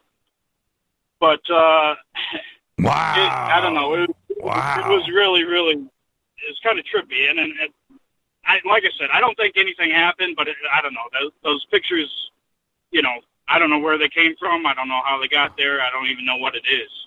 But it appears like it's, Earth Earth from outer orbit almost. It's so great. So great, man. That'll mess with your head, right? Yeah, I don't know. I just don't think about it, I guess, but that'd be something. You never know. And thank you for the phone call. Your name was Pete? No, Dan. Dan. Thank you, Dan. I don't know where Pete came from. I have no idea. That was strange. Thank you so much, Dan. Be safe and be well. All right, man. Love you. Bye. Right back at you. That's a great sighting right there. 500 feet up. It's, what does Jimmy have as his hold music? Oh, I don't know. That's interesting. I don't know. I think we have the show piped in. You listen to the show when you're on hold. Speaking of that, let's go right back to the phones. Oh, I was going to tell my electric company story. I'll do that one next. Hi, you're live on Fade to Black. Who's calling? Hey, Jimmy, it's Sarah Ann from La Costa. Hi, Sarah Ann from La Costa. How are you? I'm doing good. It's Thursday night. It's Fader night. Right? So I have a lot of stuff that is on my mind, but real quickly, I just want to make a comment on Dan's story from Kalamazoo. Yep. And I just want to give a little validation for him because about 4 years ago when I started to receive like my communications, a lot of it was Morse code, which I don't know. And it would come in the form of sounds, sometimes like telepathic or clairaudient sounds, sometimes actually, physical sounds in this reality, right. Sometimes flashing lights. So I think, I had that experience too, and I just want to share that with everybody and Dan. And what else was I going to share? I had another experience similar to him where, he had the whole video camera thing. I had my iPhone in my pocket, and I found a video a couple of days later after I had some missing time. I actually just put the video up on Twitter, and you guys can watch it, and I'm going to take it back down because it's a huge file. It's very weird. It has no sound, and I think it actually shows me being taken. So I'm really sensitive about it, but I just wanted to validate Dan's story. I see it here. Okay. Is this something that I shouldn't play on the air? No, you can play it. I just ask that people don't because I'm still working through some of this and I don't like to draw attention. Right. No, because I've really been through the ringer. Yeah. Well, yeah. It's nothing like calling into a radio show. I feel like I'm ready. Go ahead and check it out. Well, I'll do it off of the air. Okay. How long is it? It's quick. It's quick. It's quick. All right. It's quick and it has no sound, and it's a lot of what looks like light language and going through a vortex, and it's trippy. Well, I'm going to say it's about a year ago. It might have been a little longer. I'd have to ask Rita. But on her cell phone, a couple of videos popped up that we couldn't explain. And now, nothing strange or crazy. But the point is, we didn't shoot the video, and the video doesn't show anything. It's kind of weird. There's nothing in the audio that would tell us, we accidentally, clicked video, and that's what was going down. Okay, all right. Like we knew the date and time and stuff. No, they just showed up on our phone. And we couldn't, I don't think we ever really quite figured it out. As freaked out as she was really freaked out. But I'm trying to maintain coolness, right? Okay, well, honey, it was just this and that, and I don't want to, amplify the situation. But I was pretty freaked out about it too, because I'm looking at it and I couldn't figure it out. When I was trying to convince myself in my own mind, it's. There's your thumb is over the camera lens, so it's not really showing it. I'm not, I'm just trying to figure it out, and I'm trying to debunk it. And I don't think we ever did. I don't think we ever got to the bottom line on that. It never happened again. I'll say that. It never, we don't have a bunch of stuff like that. But it was weird. Well, I'm so sorry. I kind of have a theory about, the video that was on my phone, because I had gone out for a walk the night before, or I guess it would have been a couple nights before, and I had a contact experience, and I was trying to film this, craft as it was leaving. And, so there were two videos on my iPhone, the same length of time, but the reason that I found the second one was because the file was so massive, it was causing my phone to crash. And I know that it was put there for a reason, to see if, I had the comfort level to be able to deal with it. And I think that these things can happen where, these invisible guidance from above is kind of just testing the waters. Because I know that with, I'll just call it my team, benevolent, peeps that are in contact with me, they're very gentle and they're always testing things out. And that takes me to the reason that I called was I wanted to talk to you about the Endless. Oh, the Endless. Yeah, go ahead. I watched it, and what's really funny is, so I'm not going to give anything away, but you can look online, you'll read that it's about two brothers that return to this cult that they once fled from years ago. And in returning, they discover that the group's beliefs may or may not be more sane than they once thought. And for me, this movie is like the big metaphor for the process of ascension or the process of awakening. And what's trippy to me is that when I watched the movie, I assumed that these guys were big-time experiencers, or at least big-time experiencers of the paranormal. Right. But I went back and listened to the interview, and they're not. They're not. And so this is the thing. This is the thing, and this is going to take us back to when I called last week with my blue sphere story, is that everybody has a piece of the puzzle. And for me, that's the huge teaching in the film. I mean, these guys play with duality so brilliantly. And I had so many vibrational deja vu moments during that movie. There were like so many scenes that were a visual echo of very specific experiences with the big E that I've had over recent years when I'm receiving communications, especially, and having to learn discernment about who's on the other end of the line, right? I mean, we can relate that to the scene in the movie where they're playing the tug of war. And, just like, who was it? Was it Curtis Von Dito? Is that his name? That was just on this week that said everybody's an experiencer? Yep. Yeah, and I mean, it's just like, there he was. Like, I watched this movie and he dropped in this really important piece of wisdom that echoes what I was picking up on that movie. And, it's like,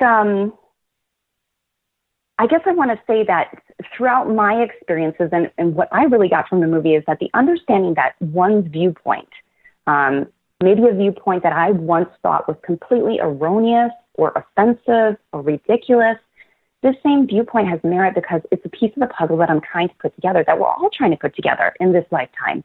And this absurd viewpoint is actually a clue in like the cosmic scavenger hunt that I'm on and that we're all on as a collective at this time.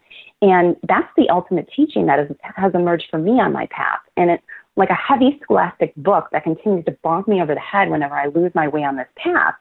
And so, it's just, it feels good to be part of this community because there's not a lot of like trolling on Twitter where people are trying to tell you that you're wrong or that your experience is invalid or that what you think is stupid, or they're just trying to throw their spiritual dogma down your throat like a lot of spiritual teachers do. And when I see and hear stuff like that, I'm like, this person isn't awake, because they're trying to convince me of something and they're not allowing me to be a clue in their scavenger hunt. And I understand that I'm being, I'm contradicting myself when I say that, but at least I'm aware of it. You're not at all. You're not contradicting yourself, but not at all, at least not to me. Maybe to yourself, which is okay too. But in the Endless, what I found so enjoyable about the film was that each little scene had it another paranormal or supernatural element to it that tied the film together. And you can go through the film and just come up with a timeline of all of these different elements. Like, for instance, I mean, just when you start to think it's something explainable, then you've got 3 moons in the sky. Right? And so now, so now that is suggesting something else. Then you've got the guy in the tent, from 100 years ago, 150 years ago, reliving his 5 seconds. You have that. Then you have the trailer that drops, right? Or the photographs. Each one of these little tiny scenes, right? Walking up the trail, the photographs are on the ground, the puff of smoke.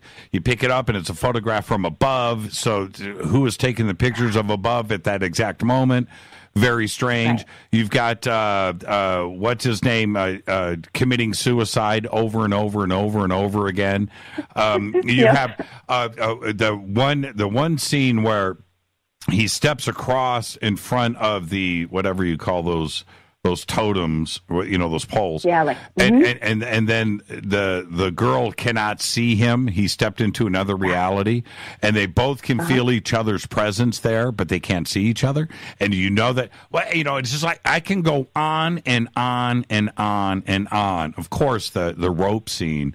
The famous rope scene. But you can go on and on and on with each one of these little scenes that are independent from each other, right? But they're all, or when so he meets up with the guy that's helping out the meth head, the meth gun dude, right? So he's out on the front porch. Moments later, he's back. I think it's Aaron. Aaron is back at the camp, and he meets up with his wife. Right? The guy helping out that, right? And she's looking for her husband. He knows that he has I hope you find him. You remember? I hope you find him one day. Yes. Right? When he knows that guy's in a time loop. And he's in a total time trap. But what's really crazy, Jimmy, is these experiences that are shown on film, they feel so similar to experiences that I've actually had. The way that this great force from above kind of communicates and shows that it is watching everything. Like when Justin retrieves that message, from the body of water. I don't want to give anything away. Oh, yeah. There's that. But when they play it back, yes. That's exactly how my guides communicate with me in moving pictures, really campy. They communicate in this really campy way, and they show me like a film behind my closed eyes when I've really messed up. Yes, and I can tell that it's my benevolent team because they really show me that it was a total epic F-up moment, but they give it to me in a really campy way, so that I can handle it. And then, of course, I have also had experiences, they show the projector on the screen. Last week I was telling you about, with this blue sphere, how it put these movies and pictures in my mind. I've actually woken up in the middle of the night to look out my window and see the star Sirius projecting a beam into my bedroom so that the moving picture, and it was like hieroglyphs or something, the moving picture is right in front of my eyes. And I can see it with my eyes open, and I can see it with my eyes closed. So I don't know where these guys, if they haven't had these experiences, I'm like, are we drinking from the same well? And of course we are. And everybody has a clue, I'm looking at your video here. By the way, everybody is going, this is freaky. This is freaky. I'm sure you're watching Twitter right now. It's freaky. It gives me chills. That's okay. And you didn't know anything about this? No, and it's silent, and it's a huge file. There's no sound. Wow. I mean, not even and it was after, again, it was right after I filmed this other, crap leaving. I had my phone in my pocket. I walked home. I had about 45 minutes of missing time. And then, I've shown this, I showed this to my parents, and they were like, we don't ever want to see this again. Because it's just so spooky. Yeah, this is bizarre. Yeah. And you have no idea where the location is? Well, I know exactly where I am because at the end, I don't know if they're dropping me back down or whatever, but I was in Solana Beach, and there's this hill that I like to walk up to when I feel, I can kind of feel something coming. Right. And so it's a quiet place with a lot of, open sky and not a lot of people around. So that's where I filmed, the craft leaving after I had this experience. But then this is what happened afterwards. And I don't actually know if it was taken before I filmed the craft leaving or after. Wow. That's disturbing is what it is. I mean, because it doesn't, I can't even explain it. Yeah. How long, you said this is 13 seconds here, right? I think so, because I documented it all when I put it together. But how long was the file? Is this a short piece of it? Is there a longer version? No. This is no, it? that's the whole thing. Okay. Wow. Yeah, that's pretty trippy, Sarah. That's pretty trippy. Yeah. I almost... And just to circle back to what I was saying with the endless, it's like, you never know. Did some good beings take me? Did some evil beings take me? It's just like, and just like in the movie, and just like how Hal, the cult teacher, was, trying to demonstrate, it's really not up to anybody except for me. Okay, I'm going to retweet this. The one we are talking about. Oh, Lord. Okay. Well, I want everybody to see it. So, I don't have 1 million followers, but I got a buttload. That's for sure. Okay. Out it goes. And by the way, that clip that you played at the beginning was flippin' hilarious. I almost peed myself. Oh, you're talking about, hold on for a second. You're talking about, hold on, this one right here. And you're going to go, wow, that was great. You know what? It actually sucked. I could listen to that all day. That's pretty funny. It's even funny for me. Yeah. All right, Sarah, I got to get out of here. Thank you for sharing that with us. And go read the comments that'll eventually start accumulating on the video out there.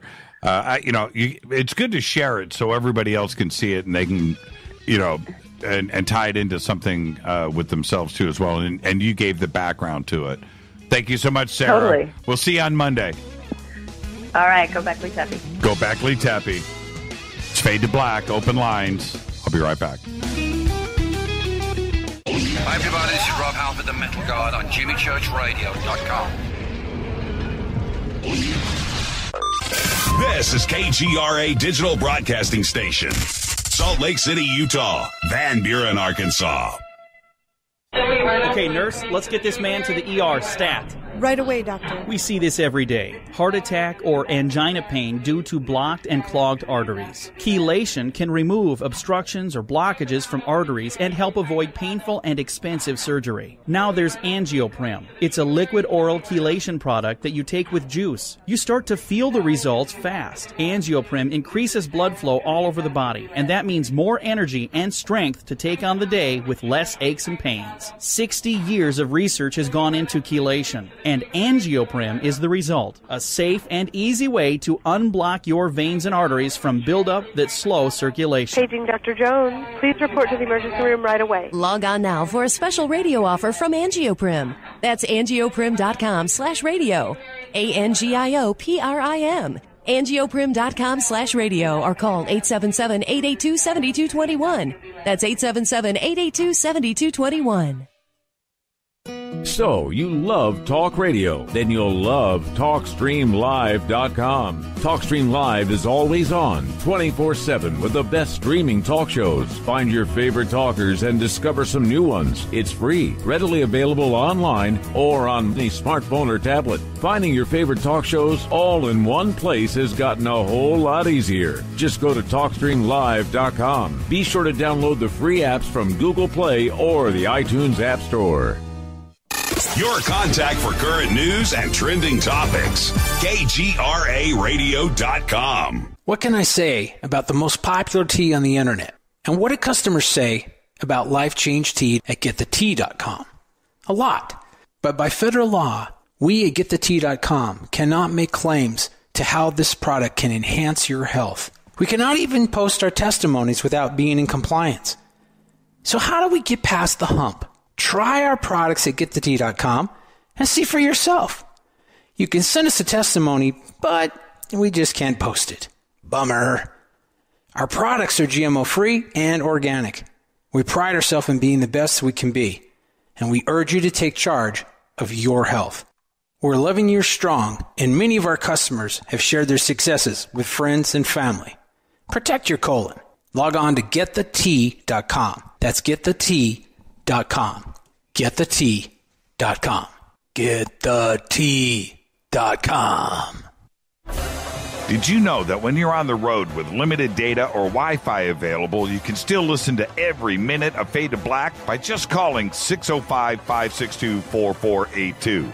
No smartphone, app, or internet needed. It saves your data plan and no extra cost if you have unlimited minutes. Just call 605-562-4482. You can listen to me, Jimmy Church, on any phone, anytime, anywhere. Go Beckley Tappy.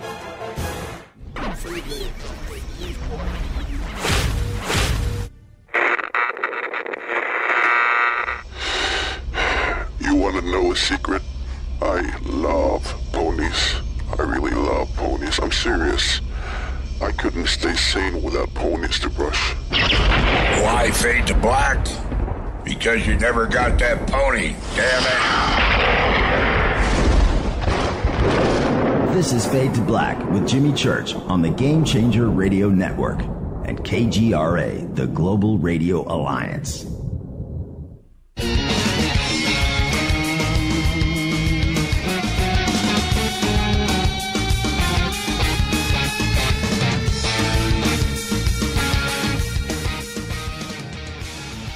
All right, welcome back. Fade to Black.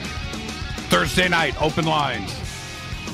323-825-5045 or 323-275-9695 or 818-921-6929. Open lines all night long if you're on hold. Stay right there. I'll get to you. Earlier tonight, I read Tom DeLonge's announcement about the creation of Adam, the research project. And he says in this announcement that Project Adam is an acronym for the acquisition and data analysis of materials. And he goes on to say that evaluation of material samples obtained through reliable reports of advanced aerospace vehicles of unknown origin. He doesn't say UFOs. He doesn't say ET. He doesn't say alien. He doesn't say anything like that. He doesn't say what the materials are. My take on all of this is if you've got these materials, just do a press conference. Just do a press conference. Lay the materials out on a table and show us what you've got. What is it that, and more importantly, believe it or not, than that is where did you get them from? Okay, is this collected stuff at a crash site? Is it a piece of a craft? Did it come from the government? Did it come from a civilian that came forward and said, "Hey, I saw something out there, and I got this out of my yard, and here it is." What is it? How big is this stuff? How big are these pieces? Because I have, I'll hold this up to the camera right now. I've got some materials here I want investigated, I want this checked out right here. Here, I'll hold this up to the camera. Is it stuff like this, right? Is it this? Is that what it is? Look. Analyze that. Is that what it is? Here, I have some more. Here's another. Here, I'll hold this up to the camera. What about this? Is it stuff like this? Are you checking this out? Did somebody give you stuff like this and go, hey, man, check this out. It's from a flying saucer, right? Oh, really? Yeah, it's a sighting. I reported it to MUFON, and this is what is that what it is? Or do we have something else involved here? Do we have large sheets, panels? Really, what are we talking about here? Because this is about as vague. It's hard for me to get behind this. It's hard for me to get excited. I like Tom, but this is worded in such a vague, strange way. There are others out there that are going to go, oh, this is great. I'm excited. I want to see what it is. Okay, that's fine. That's fine. If that's your take and you're excited about it, go invest, go buy some stock in the company and see what happens. But I'm disappointed, so I don't know. Yeah, I had written up an article about different things a couple of weeks ago on Stellar. And my comment there, when it comes to the Stars, is that I'm still hopeful. That's all I can say. I'm still hopeful. I really want something to come from this. But if this is where we are here, we're going into 9 months since the announcement of To the Stars, and nothing has happened. We got 3 videos that were not released by the Pentagon, no matter what. If I see that in print one more time, released by the Pentagon, Elizondo released these videos. He got them released. No, he did not. Okay, but there's that. And Dave Fravor coming forward, the pilot, with his sighting is great. Love that. Okay, I do. But, right? So that's where I'm at. Here's the statement. Somebody said, what do you mean CEO? Well, it's signed. It's got his signature. Tom DeLonge, CEO, To the Stars Academy of Arts and Science. So, okay, there you go. Let's go back to the phones. Let's go to area code 408. You're up next.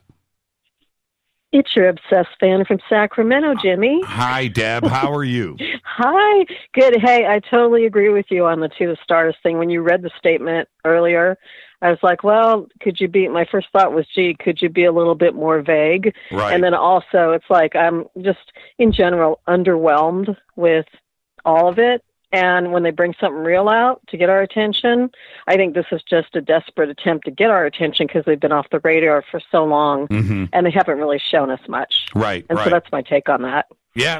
But I've got... it's the correct take, in my opinion. Mm-hmm. Yeah. Mm-hmm. Okay, next. And Bigfoot info. Okay. And this is for Eric, Awakening Man, because he stayed the other night. He's going to be at Soul Tech. He's putting out his intentions. He's all excited. First of all, I totally believe that Bigfoot's real. My cousin's husband is a firefighter, captain. He's been with Santa Clara County Fire Department 20 plus years. I've always wanted to get him alone and ask him, about Bigfoot, because they're up there in the forest fighting all these fires, and they get dispatched to Southern California a lot. And I know there's an idle wildfire going a couple miles from where you guys are right now. Right. So whenever I hear about a Southern California, when I went on Yahoo today, first thing I thought was, oh my God, where's that in reference to Burbank? Because I worry about you guys after what you went through last year. Right. And so that was my first thought. But I finally got a chance to talk to him at a family gathering and got him alone in a room. And I'm like, okay, you got to tell me, have you ever heard or rescued a Bigfoot? And he kind of smiled, but he didn't laugh or anything, and there was no one else around. He goes, well, Deb, here's what I can tell you. there's a lot of stuff I can't say because it's classified. He said, but, there's thousands of reports of these things. People aren't just seeing things and making it up, just like they're not seeing UFOs and making it up. These are credible people. We've seen a lot of reports. He says, and I'm hoping within the next 10 years we'll be able to talk about it openly. And that's all I can tell you. Wow. Yeah. Well, I know. I fell off the chair. I was like, well, that's enough for me. That's enough. We're going to have, I think on Monday, it'll be next week, but I think it's on Monday. I don't have the schedule in front of me. But we have got a Bigfoot witness and report. I don't want to give it away right now. Yeah. That happened this year, and that's all I'm going to say. But that's going to be, and it was here in Southern California, and we're going to have this witness on the show. Now, I think it's going to be on Monday. And so it's kind of weird that you're bringing this up now and I'm announcing this. It sounds like, shameless. Synchronicity. Yeah, or shameless promotion, right? But no, not at all. And plus, Eric just talked about the other night, and then right after that, I got to talk to this guy, my cousin. So it's like this all is kind of coming together right now for a reason. Yeah. There's, man, when it comes to Bigfoot, and I go back and I think about those early shows on Fade to Black, and when I had Jeff Meldrum on from, I think he's at Idaho State, right? I think that's where he's at. And my take on Bigfoot is still the same. I'm waiting for, I suppose if I have my own sighting, things will definitely change. But I'm waiting for that definitive thing, for me. That definitive thing, what could it be? And Jeffrey, he's got all of his cast, the footprints that he has done, and he's got, one of the biggest collections of that, and I get that, but I'm waiting for that definitive thing, and I don't know what it could be. Bigfoot running around in downtown Burbank, avoiding traffic. Would it be that a carcass, some kind of body being found, or captured or trapped or whatever, something like that, or another piece of footage like Patterson's film, which is still, to me, that what is weird. As much as I'm on the fence about Bigfoot, I've said it so many times, Deb, which is, if the UFO community had a piece of footage like the Patterson film for Bigfoot, it would be, it would just be, closed case, and a case closed. And that's how impressive that Patterson film is. But the Patterson film is all there is. I mean, we've got lots of sightings, and we've got photographs, and we've got recordings, and right, but that's the Holy Grail. Yeah, but that Patterson footage still is pretty damned impressive. So, well, hey, episode 900 of Fade to Black is going to be on August 6th, just so you know. I was tracking it on the calendar. Okay, August 6th, the night before Monday. Yep. That'll be our last broadcast. But we're traveling on the next day up to ECETI. So there you go. All right, thank you so much, Deb. Take care, Jimmy. Thanks for taking my call. We'll see you on Monday. Okay. Bye-bye. Have a great night. Yeah, we're going to do a pretty big Bigfoot show, I believe, on Monday. I think so. Monday or Tuesday next week. So get ready for that. It's pretty cool what we've got lined up for you. 323-825-5045, 323-275-9695, or 818-921-6929. Let's go back to the phones. Hi, you're live on Fade to Black. Hi, is this me? Yes. Am I the one that's on? Oh, hi, Jimmy. This is Phil, Pacific Northwest. Yeah, and I wanted to say that I really kind of agree with you on to the stars. I mean, this is kind of lame, man. I mean, we know how they do it. It's electrogravitics and some kind of warping of time and stuff like this, and portals and all that. So, give us some meat. Let's roll out a spaceship, Yeah. I mean, That would definitely do it for everybody and for the world and for the community. There's no doubt about that. My take is, once again, if you are in possession of these materials and you know for a fact that it came from a craft not of this earth, very simple, then you go public and you become the most famous person in the history of the known universe. That's what you do. That's what you do. And if if you can't do that, and if you won't, then I call BS. That's it. That's it. Don't. I don't. Well, it could be. It might be. Well, then everything is could be and might be. Why do this press release? You know, that's it. What is it that you have? Do you have a piece of the chair? Do you have a piece of carpeting? Do you have a T-shirt? Do you have a piece of the control panel? A piece of glass? Do you have that? You know, what? Blah, blah, blah, blah. Where did it come from? Was it given to you from the Pentagon? Was it, is it from Area 51? Is it from the sports model of Bob Lazar's craft? Whatever it is, if it is off planet and you know that it came from a craft that wasn't built by us, by humans, and it came from somewhere else, go public with it. That's it. You will have all of the funding. To the Stars Academy would be the most important company ever formed in the history of humankind. And that's the truth. And that's it. You want to sell stock? You want to have money to invest? You want to do that? You want to then bring it. Anything else, it's just like whatever. That's it. That's my take. That's really honest. And I'm not being critical here.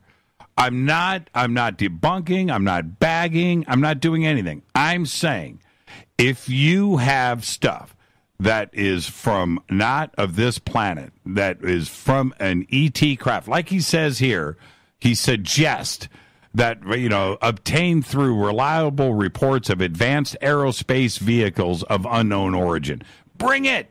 Go public. Go public. Go public. I'm serious. There would be. I don't see where it would make any difference about it. If you showed the product, it's not going to make.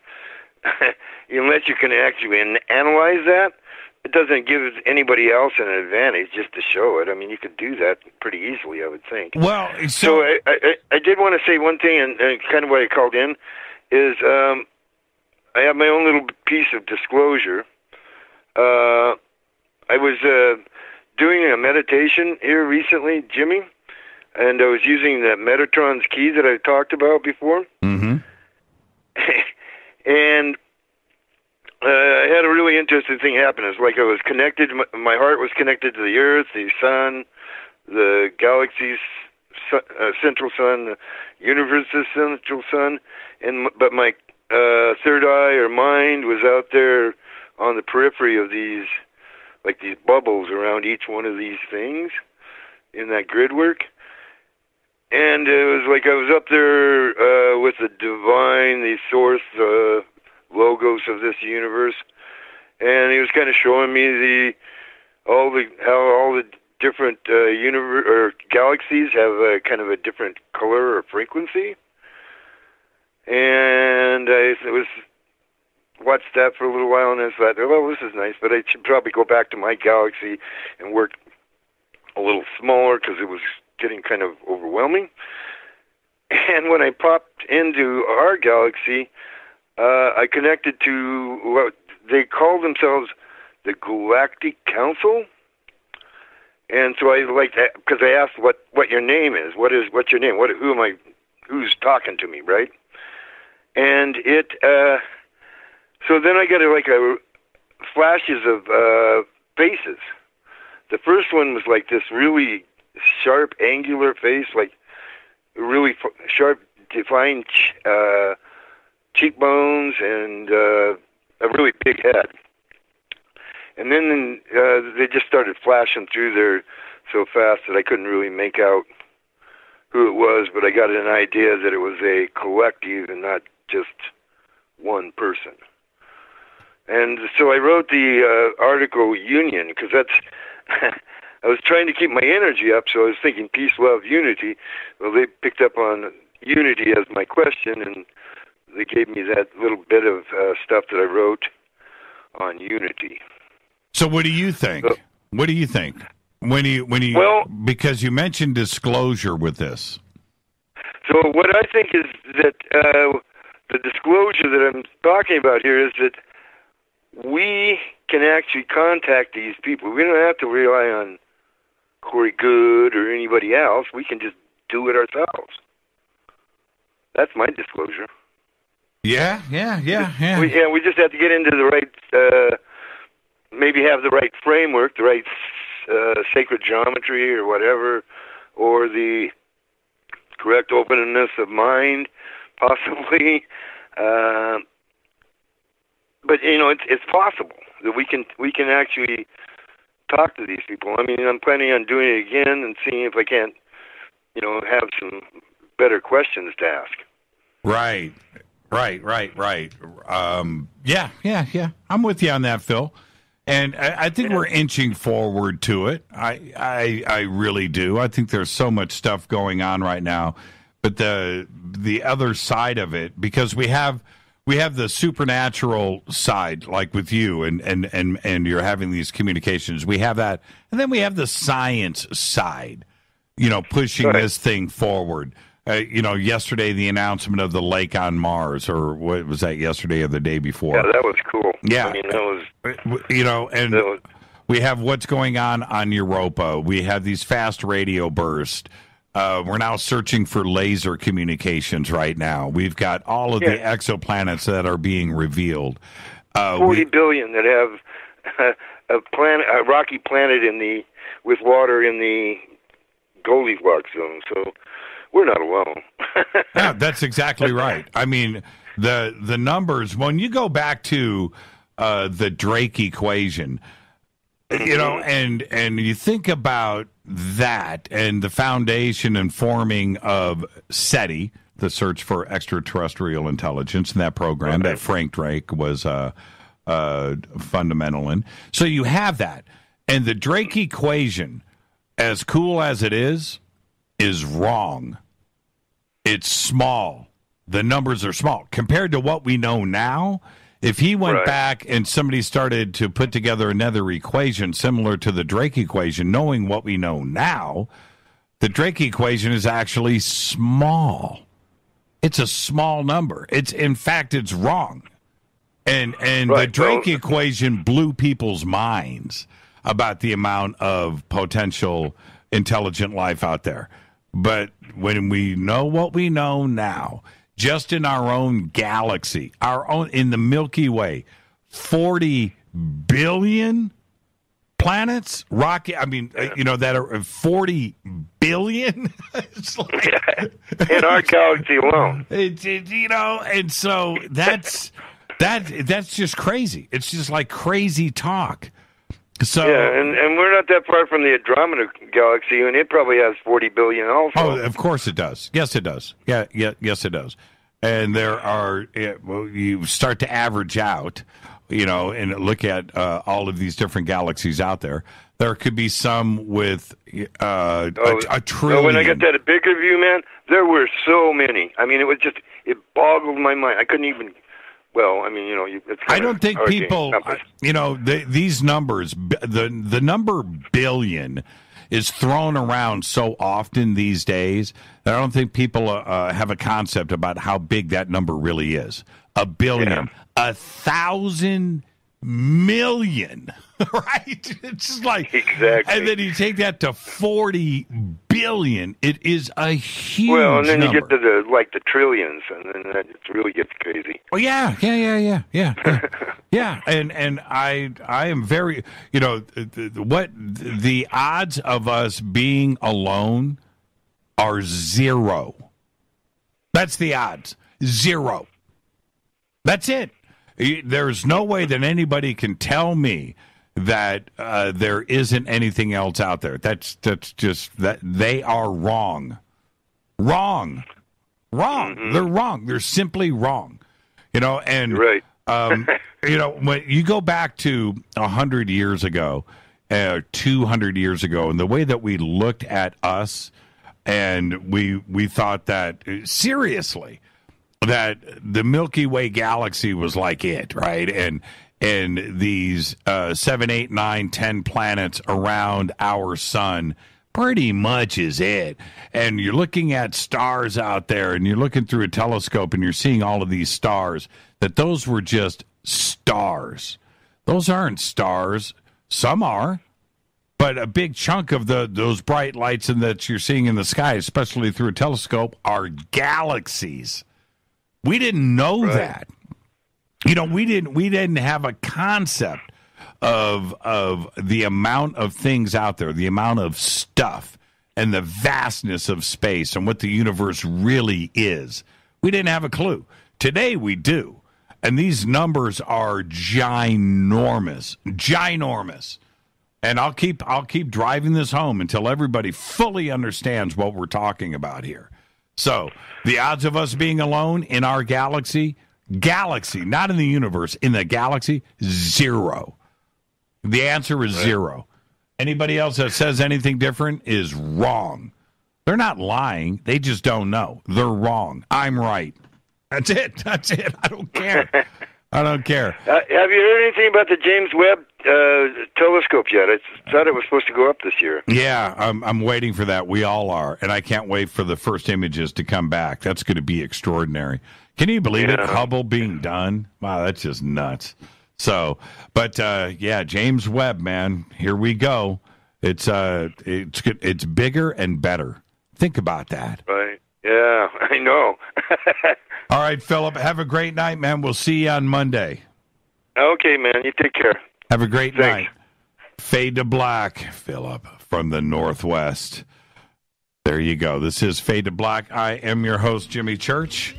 Open lines all night long, 323-825-5045 or 323-275-9695 or 818-921-6929. It's Fade to Black. I'm your host, Jimmy Church. I'll be right back.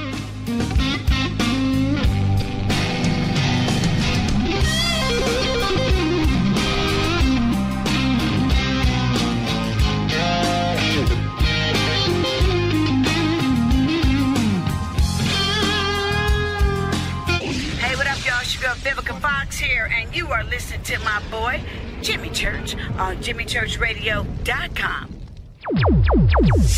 Despite popular opinion, reading a book will not make you smarter. But listening to Jimmy Church will. Hurricanes, earthquakes, wildfires. This year we've experienced more than our fair share. This is Jimmy Church of Fade to Black, and last month I decided to make sure my family does not have to worry about food should we get caught in a real emergency situation. Introducing Numana, a healthy, storable product that tastes so good that you'll want to eat it every day instead of just during those times of duress. All Numana products have a 25-year shelf life, are MSG and GMO-free, no preservatives, and are made in America.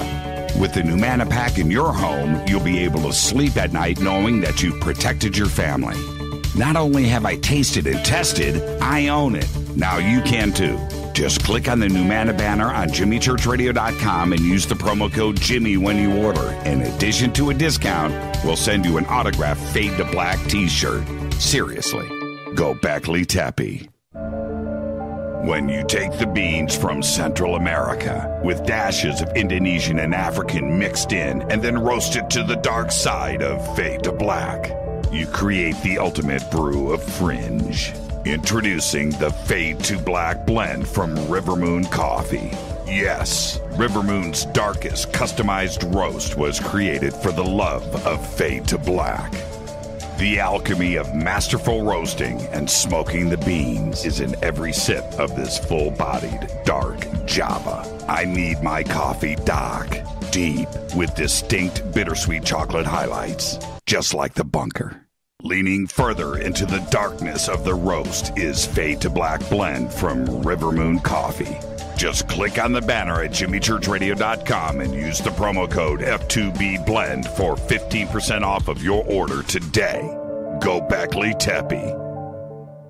Hey, can we talk about something serious for a minute? Your age. Getting old has its perks. But remember, being a few years younger, you know, your hair was thicker, you didn't have so many wrinkles, that extra weight wasn't haunting you, and you just felt better. Well, we can't turn back the clocks and go back 10 or 15 years, but you can start feeling and looking 10 or 15 years younger with Nature's Youth RSF. It's a doctor-formulated daily supplement that helps your body maintain its peak performance and fight the aging process. Imagine sleeping better, looking better, and feeling better. See how Nature's Youth RSF has helped thousands of people just like you at nature'syouth.com. nature'syouth.com. The holidays are coming. Imagine how it will feel when your family and friends are asking you what you did to look so good. Your secret will be Nature's Youth RSF. It's time to start looking better and feeling better. Learn more and order your Nature's Youth RSF at nature'syouth.com.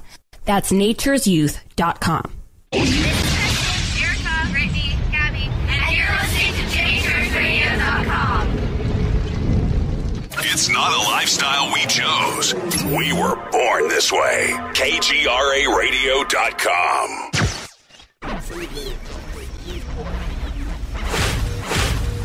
This is KJCR at JimmyChurchRadio.com.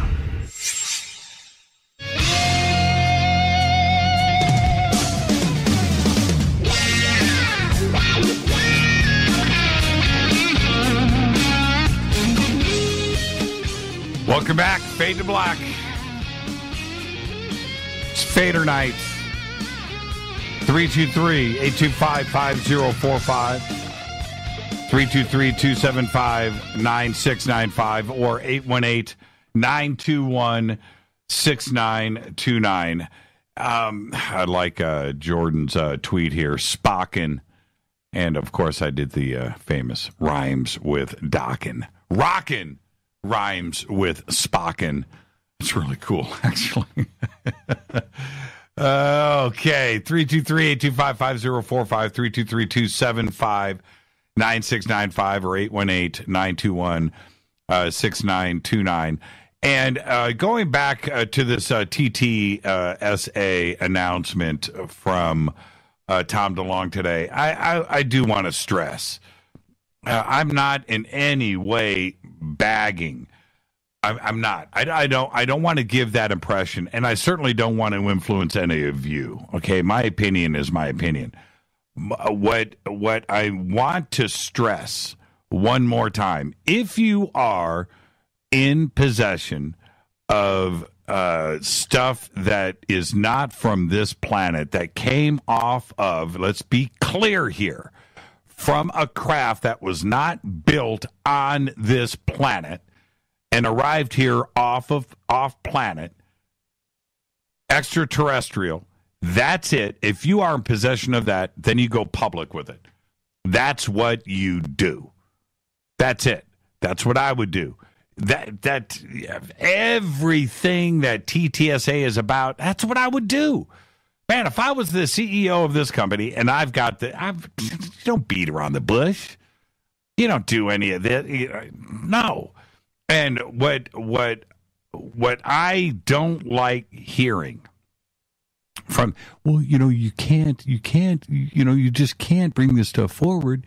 You can't bring it public. You just can't handle it that way. We've got to do it another way. No, you don't. Who is running that company? If that's me, I call the press conference. I use my public relations firm. I bring everybody there, live television. Here's what we've got. This came from a flying saucer. And here it is. This is the material. And it was given to us by the Pentagon. They released it to us. It came from this craft that crashed on this date. And here it is. This is it. We're going to figure this out, and we're going to go into the commercial sector with it, and we're going to build what we're going to build with it. And this is our our donation to humanity. Stock in TTSA goes through the roof. They've got all the funding that they need, and that is the end of the story. That's it. There is nothing else here to discuss. That's it. And I know I'm right. I am right on this. There is nothing to argue about here. Nothing. Let's go to area code 618. You are up next on Fade to Black. Who's calling? My name's David. Hey, you guys talk about Area 51 and stuff. Is that in Nevada? Yes, it is. Is it driving distance from Las Vegas? Yeah, it is. Of course, it's maybe 100 miles north. Just drive up there. I think that's the base my dad was calling me all the time and telling me about. Oh, really? What did he say about it? My father was in law enforcement, the Marines, and he worked at a special high classified base in Nevada before he transferred. He seen stuff there that was so bad he transferred out to a law enforcement division. And even when he went to the FBI training academy in Atlanta, Georgia, he was calling me on his drop phone because he said the crooks use drop phones, so he's always carrying one. Ah, okay. Now, yeah. He said they gave him security clearance and hooked him up to lie detector tests about every month to month and a half. Mm-hmm. And he told me an example of how secure this base was. They were hooked messing around on the computer one day, him and another security guy. And he said, we got off the base somehow. And he goes, I don't think we should be doing this. And the guy says, oh, no, it's fine. It's cool. He came in the next morning. The desk was cleared off. The computer was gone. And he never seen that security guard again. He was his friend. He never seen him again. I believe that happened. Okay. He was scared because he realized he was talking to me on a web-based phone, and he was worried afterwards because I hooked him up to a web-based phone when they first came out. He told me about these fire pits that they burned liquids that were in barrels. Mm-hmm. And this stuff turned blue, and it burned for weeks, and they had to stand there and watch it and guard it the whole time. He told me about when they worked on the runway, and they had cement trucks coming in, and they had to guard them, and they were not allowed to go nowhere, just there. But he was afraid he was going to get caught doing illegal stuff because that's what he would do on the side. Right. But he did imply, we got under discussion about why I stopped going to certain psychology in college, and it had to do with the autopsy classes. And he basically told me that they were using cadavers for testing. Now, he said, that's one thing he said. But he said, I killed people. I killed women and children. I did things for my government. I was a cop. I busted heads open. He said, but the things he's seen in that hangar should not be on this planet. Really? He said, this should not be here. But did he ever say it was E.T.? He would not come out and say exactly what it was. He just said it should not be here. Interesting that he brought up. I'm going to tell you. I'll tell you about why. He told me I can talk about all the stuff he told me about and all the stuff I witnessed because he used to sneak me in his squad car when he got out of Vietnam. Ever since I was 7. So when kids were in school, I was watching the cops in Chicago. Okay. I had a call from somebody. If I were to give you his name off, he just passed away from some rare, crazy lung illness. And they closed down his VA records. We can't find nothing about him being dead. He said, if I don't call you, making sure you don't talk to anybody after every week or two, that means I'm dead. We finally, he sent me the message of where he put all his will and all his information. I had to call the government place that they buried him. And even the lady said, this is the strangest thing. They had him brought here, cremated immediately, buried immediately with no ceremony. Now, here's a guy who had gotten 2 medals by 2 presidents. Mm-hmm. In all kinds of combinations, and you had no ceremony. Even his friends didn't even know he was dead. And we still to this day cannot find nothing on, no death notices, no nothing. If I didn't call and he didn't give me that information, I never would have found out he was dead. Right. And that, as crazy as that may sound to you, that type of thing goes on pretty commonplace inside of the military. I'll give you an example. If they want you, let's say you're in the military, right, and you're excelling at different things, and they want you to go into another program. I mentioned the CIA was created on this day back in 1947, at the beginning of the show. The CIA does clandestine operations overseas. We know that that's what they do. It's their job. It's no big deal. We understand that. Well, it's a big deal. What I'm saying is it's very common knowledge today. Now, let's say they want you to be a part of one of these teams overseas, and you are in the military. What do? They kill you. That's it. They don't kill you physically, but they remove you from the military, possibly deceased, but your records and everything are completely buried. You are taken out of the military now and put into the clandestine black program where there's not going to be a paper trail for you. And it just may be that they tell your family that you're missing, right? Missing in action. Something happened. We don't have his body. So are you officially dead? Maybe, maybe not. But you are now able to go into another program and be used overseas where you are invisible. And this is a practice that happens all the time. They have to be able to take you and move you around without having your identity follow you. Well, how would they do that? Right? Missing in action. I don't think they knew he was telling me all this stuff, calling me and telling me all this stuff, or had me in his car with him. He used to go take deliveries to Los Alamos. And even when they had him when Vietnam first started, they ordered them to kill, not just starve women and children, to kill them. Because this way they starved them, gave them one meal a day, and if they got kind of antsy, they can kill them before they would get mad enough to pick up a weapon. So he had pictures of these things that he showed me when I was a kid. Yeah. And, so let me, I'll go back to finish what I was saying. Well, no, it's okay. It's okay. Which is this. If you are in one of these programs, you've been moved from the military, whatever, Marines, Army, and now you're doing some kind of black project overseas and you are killed, what do?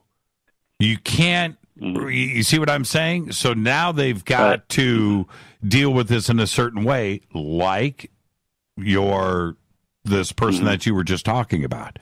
Right? And so you're going to have a ceremony somewhere. You can't invite friends and family and other people in the military that were with him. You can't. And so it's going to be some kind of clandestine, right? No autopsy. Right. Cremate the body, put it in the ground, probably unmarked grave. And that's how it's dealt with. And I'm sure that this goes down every single day. And that's it. And they're going to sign you up, and they're going to go, okay, now this is what's going to happen with you. Okay, you're going to go over here. We're going to take care of you. This is the program that you're going into. The old you doesn't exist anymore. So we're going to have to notify your family that, you were missing in action. You died in a training exercise. And that's how they staff this other force. And that's my take. I don't think I'm very far off the mark in what I am saying here. And what you just said to me doesn't surprise me at all. So and I can tell you two other things real quick. Yeah, really quick. I've got a bunch of calls on hold. Is your dad still in the FBI? He supposedly died. He transferred to federal law enforcement. And the thing is, before 9/11, the month before 9/11, he told me about the black suit, the guys in black fatigues, training them. He said he was called and he detained 5 Arab gentlemen canvassing the Hoover base that month before, and they were caught. He watched them, and they went into classified areas. He pulled them aside and detained them. He was ordered by the UPROFs to let them go. Wow. He was ordered to let them go. And he told me, I don't know what's going on. They said we're going to get a lot of power after it. And I said, well, my brother's asking me to get on a plane. He said, do not get on a plane. Do not get on a plane. My brother said, look, I'm going to pick you up from Dallas and I'll take you back, And I said, no. He said, don't get on a plane. He was dead serious. Wow. And he said his buddies that were watching, they told him 3 of those guys that he had, they were under surveillance. And he said later on, I knew it. 3 of those guys were on those planes. It's interesting. They ordered them to let them go. It's interesting what you said about Area 51, though. The pits with that burned for 2 weeks.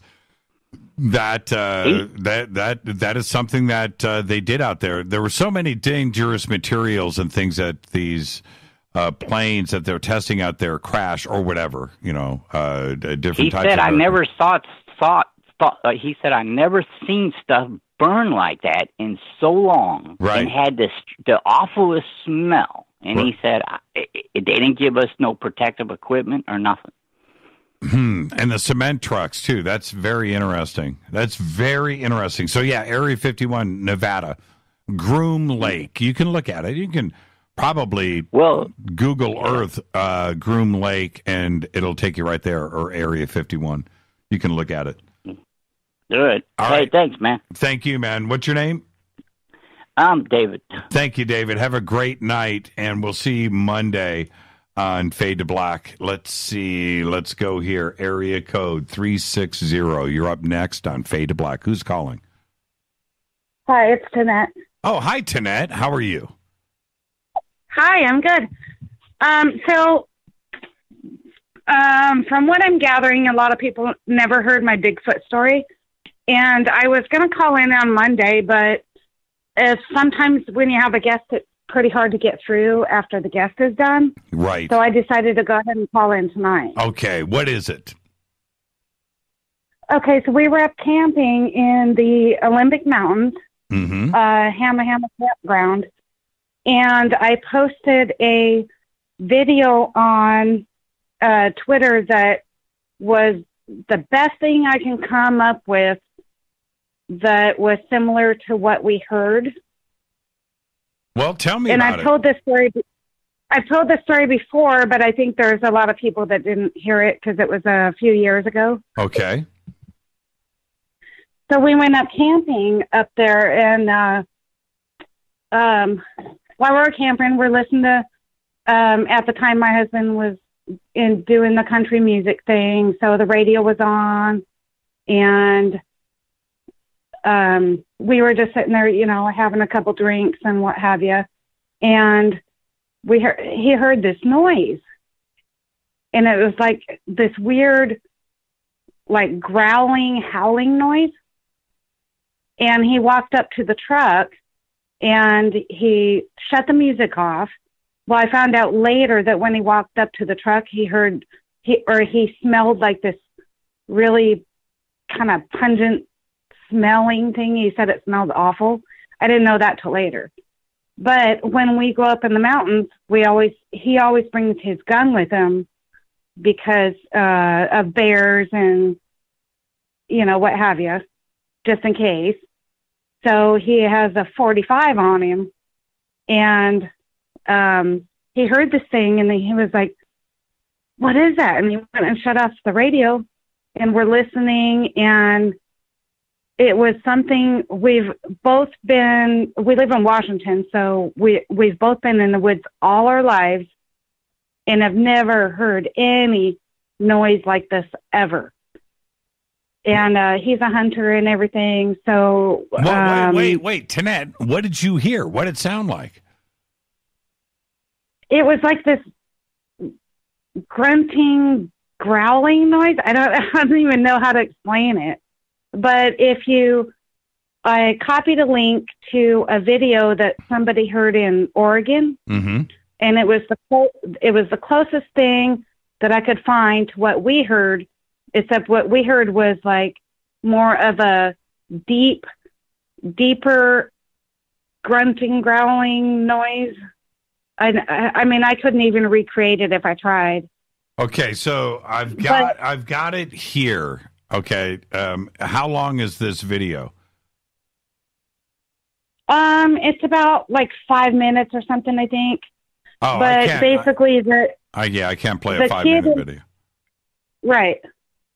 The kid and the father in Oregon were hearing something in the woods, and they had their dog with them, and they were like, basically, we got to get the hell out of here before that thing catches up with us. Well, what happened with you? Okay, so after you heard this, what happened next?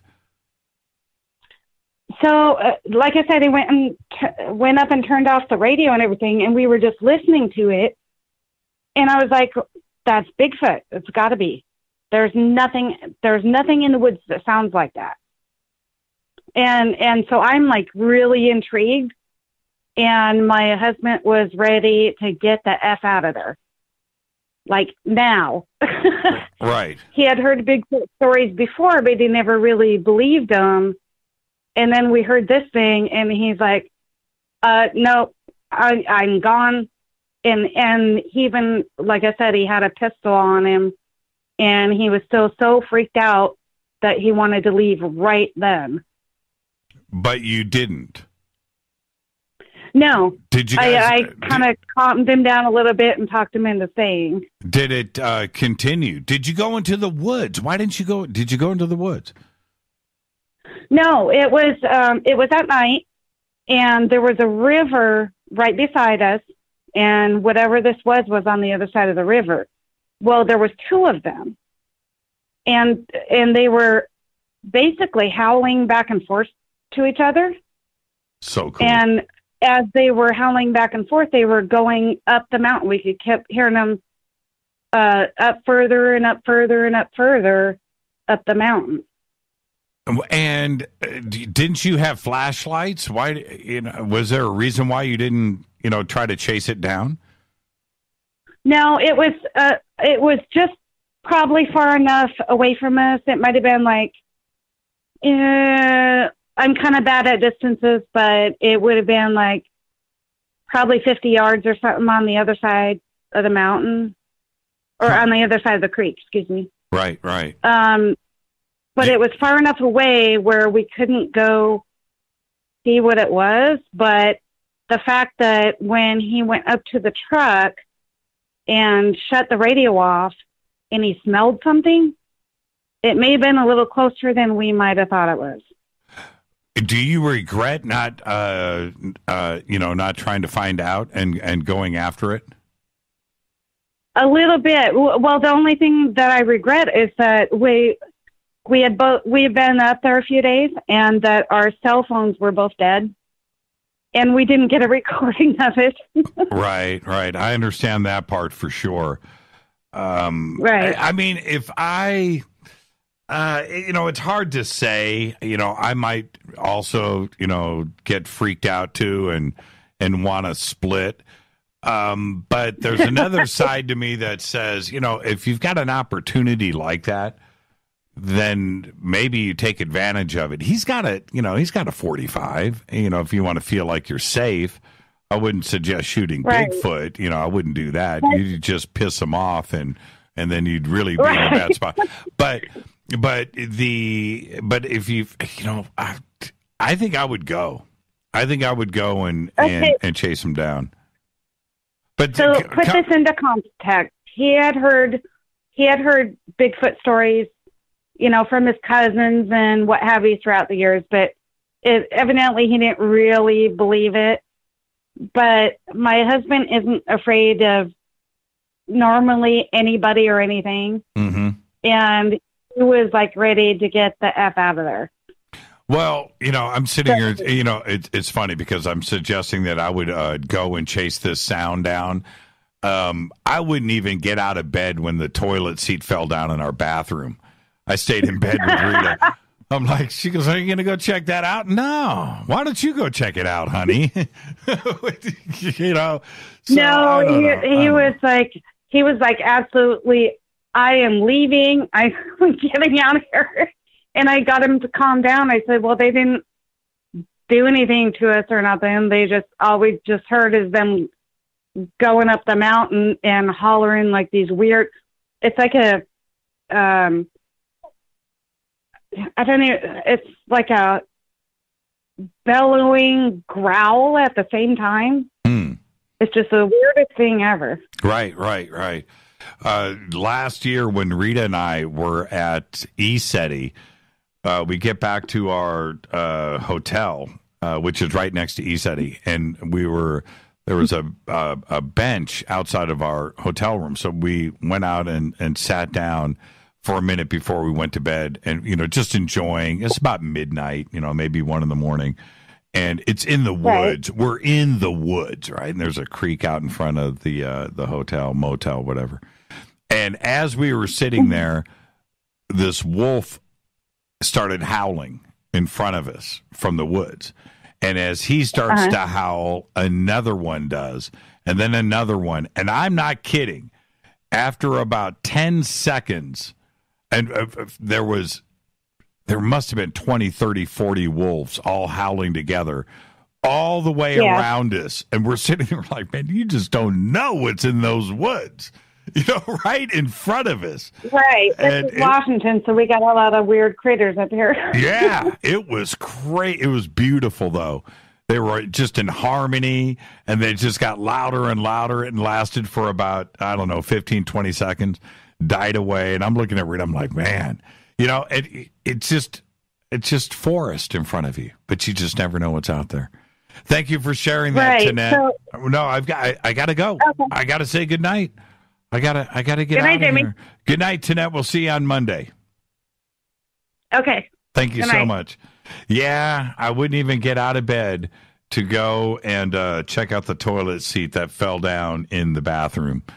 I was too freaked out. I didn't want to know what I was going to discover. So I'm not the tough guy, probably, that would go and follow Bigfoot up a mountain. I don't know. It depends on how many friends I got with me, I guess. But that's a great story right there. I guess we're going to find out in about 10 days. We're going to be up there at ECETI. You never know what's going to go on up at ECETI Ranch. SoulTechGathering.com. We still got some tickets left. Go and check it out. Fade to Black's executive producers, Rita Camarion. Shows produced by Hill J. Palm, Renee, Dennis, and Bob. Announcers are Steve Harder, Gene Vitello, Mark D. Kovar. Webmaster, Drew the Geek. Music, Doug Aldrich. Intro, Spaceboy. SpaceboyMusic.com. Fade to Black is produced by KJCR for the Game Changer Network. Syndication is KGRA, The Planet. Thank you to Jon Rappoport and everyone who called in and tweeted tonight. This broadcast owned and copyrighted 2018 by Fade to Black and the Game Changer Network. It cannot be rebroadcast, downloaded, copied, or used anywhere in the known universe without written permission from Fade to Black or the Game Changer Network. Until Monday, everybody have a great, safe, fun weekend. Go back, Lee Tappy.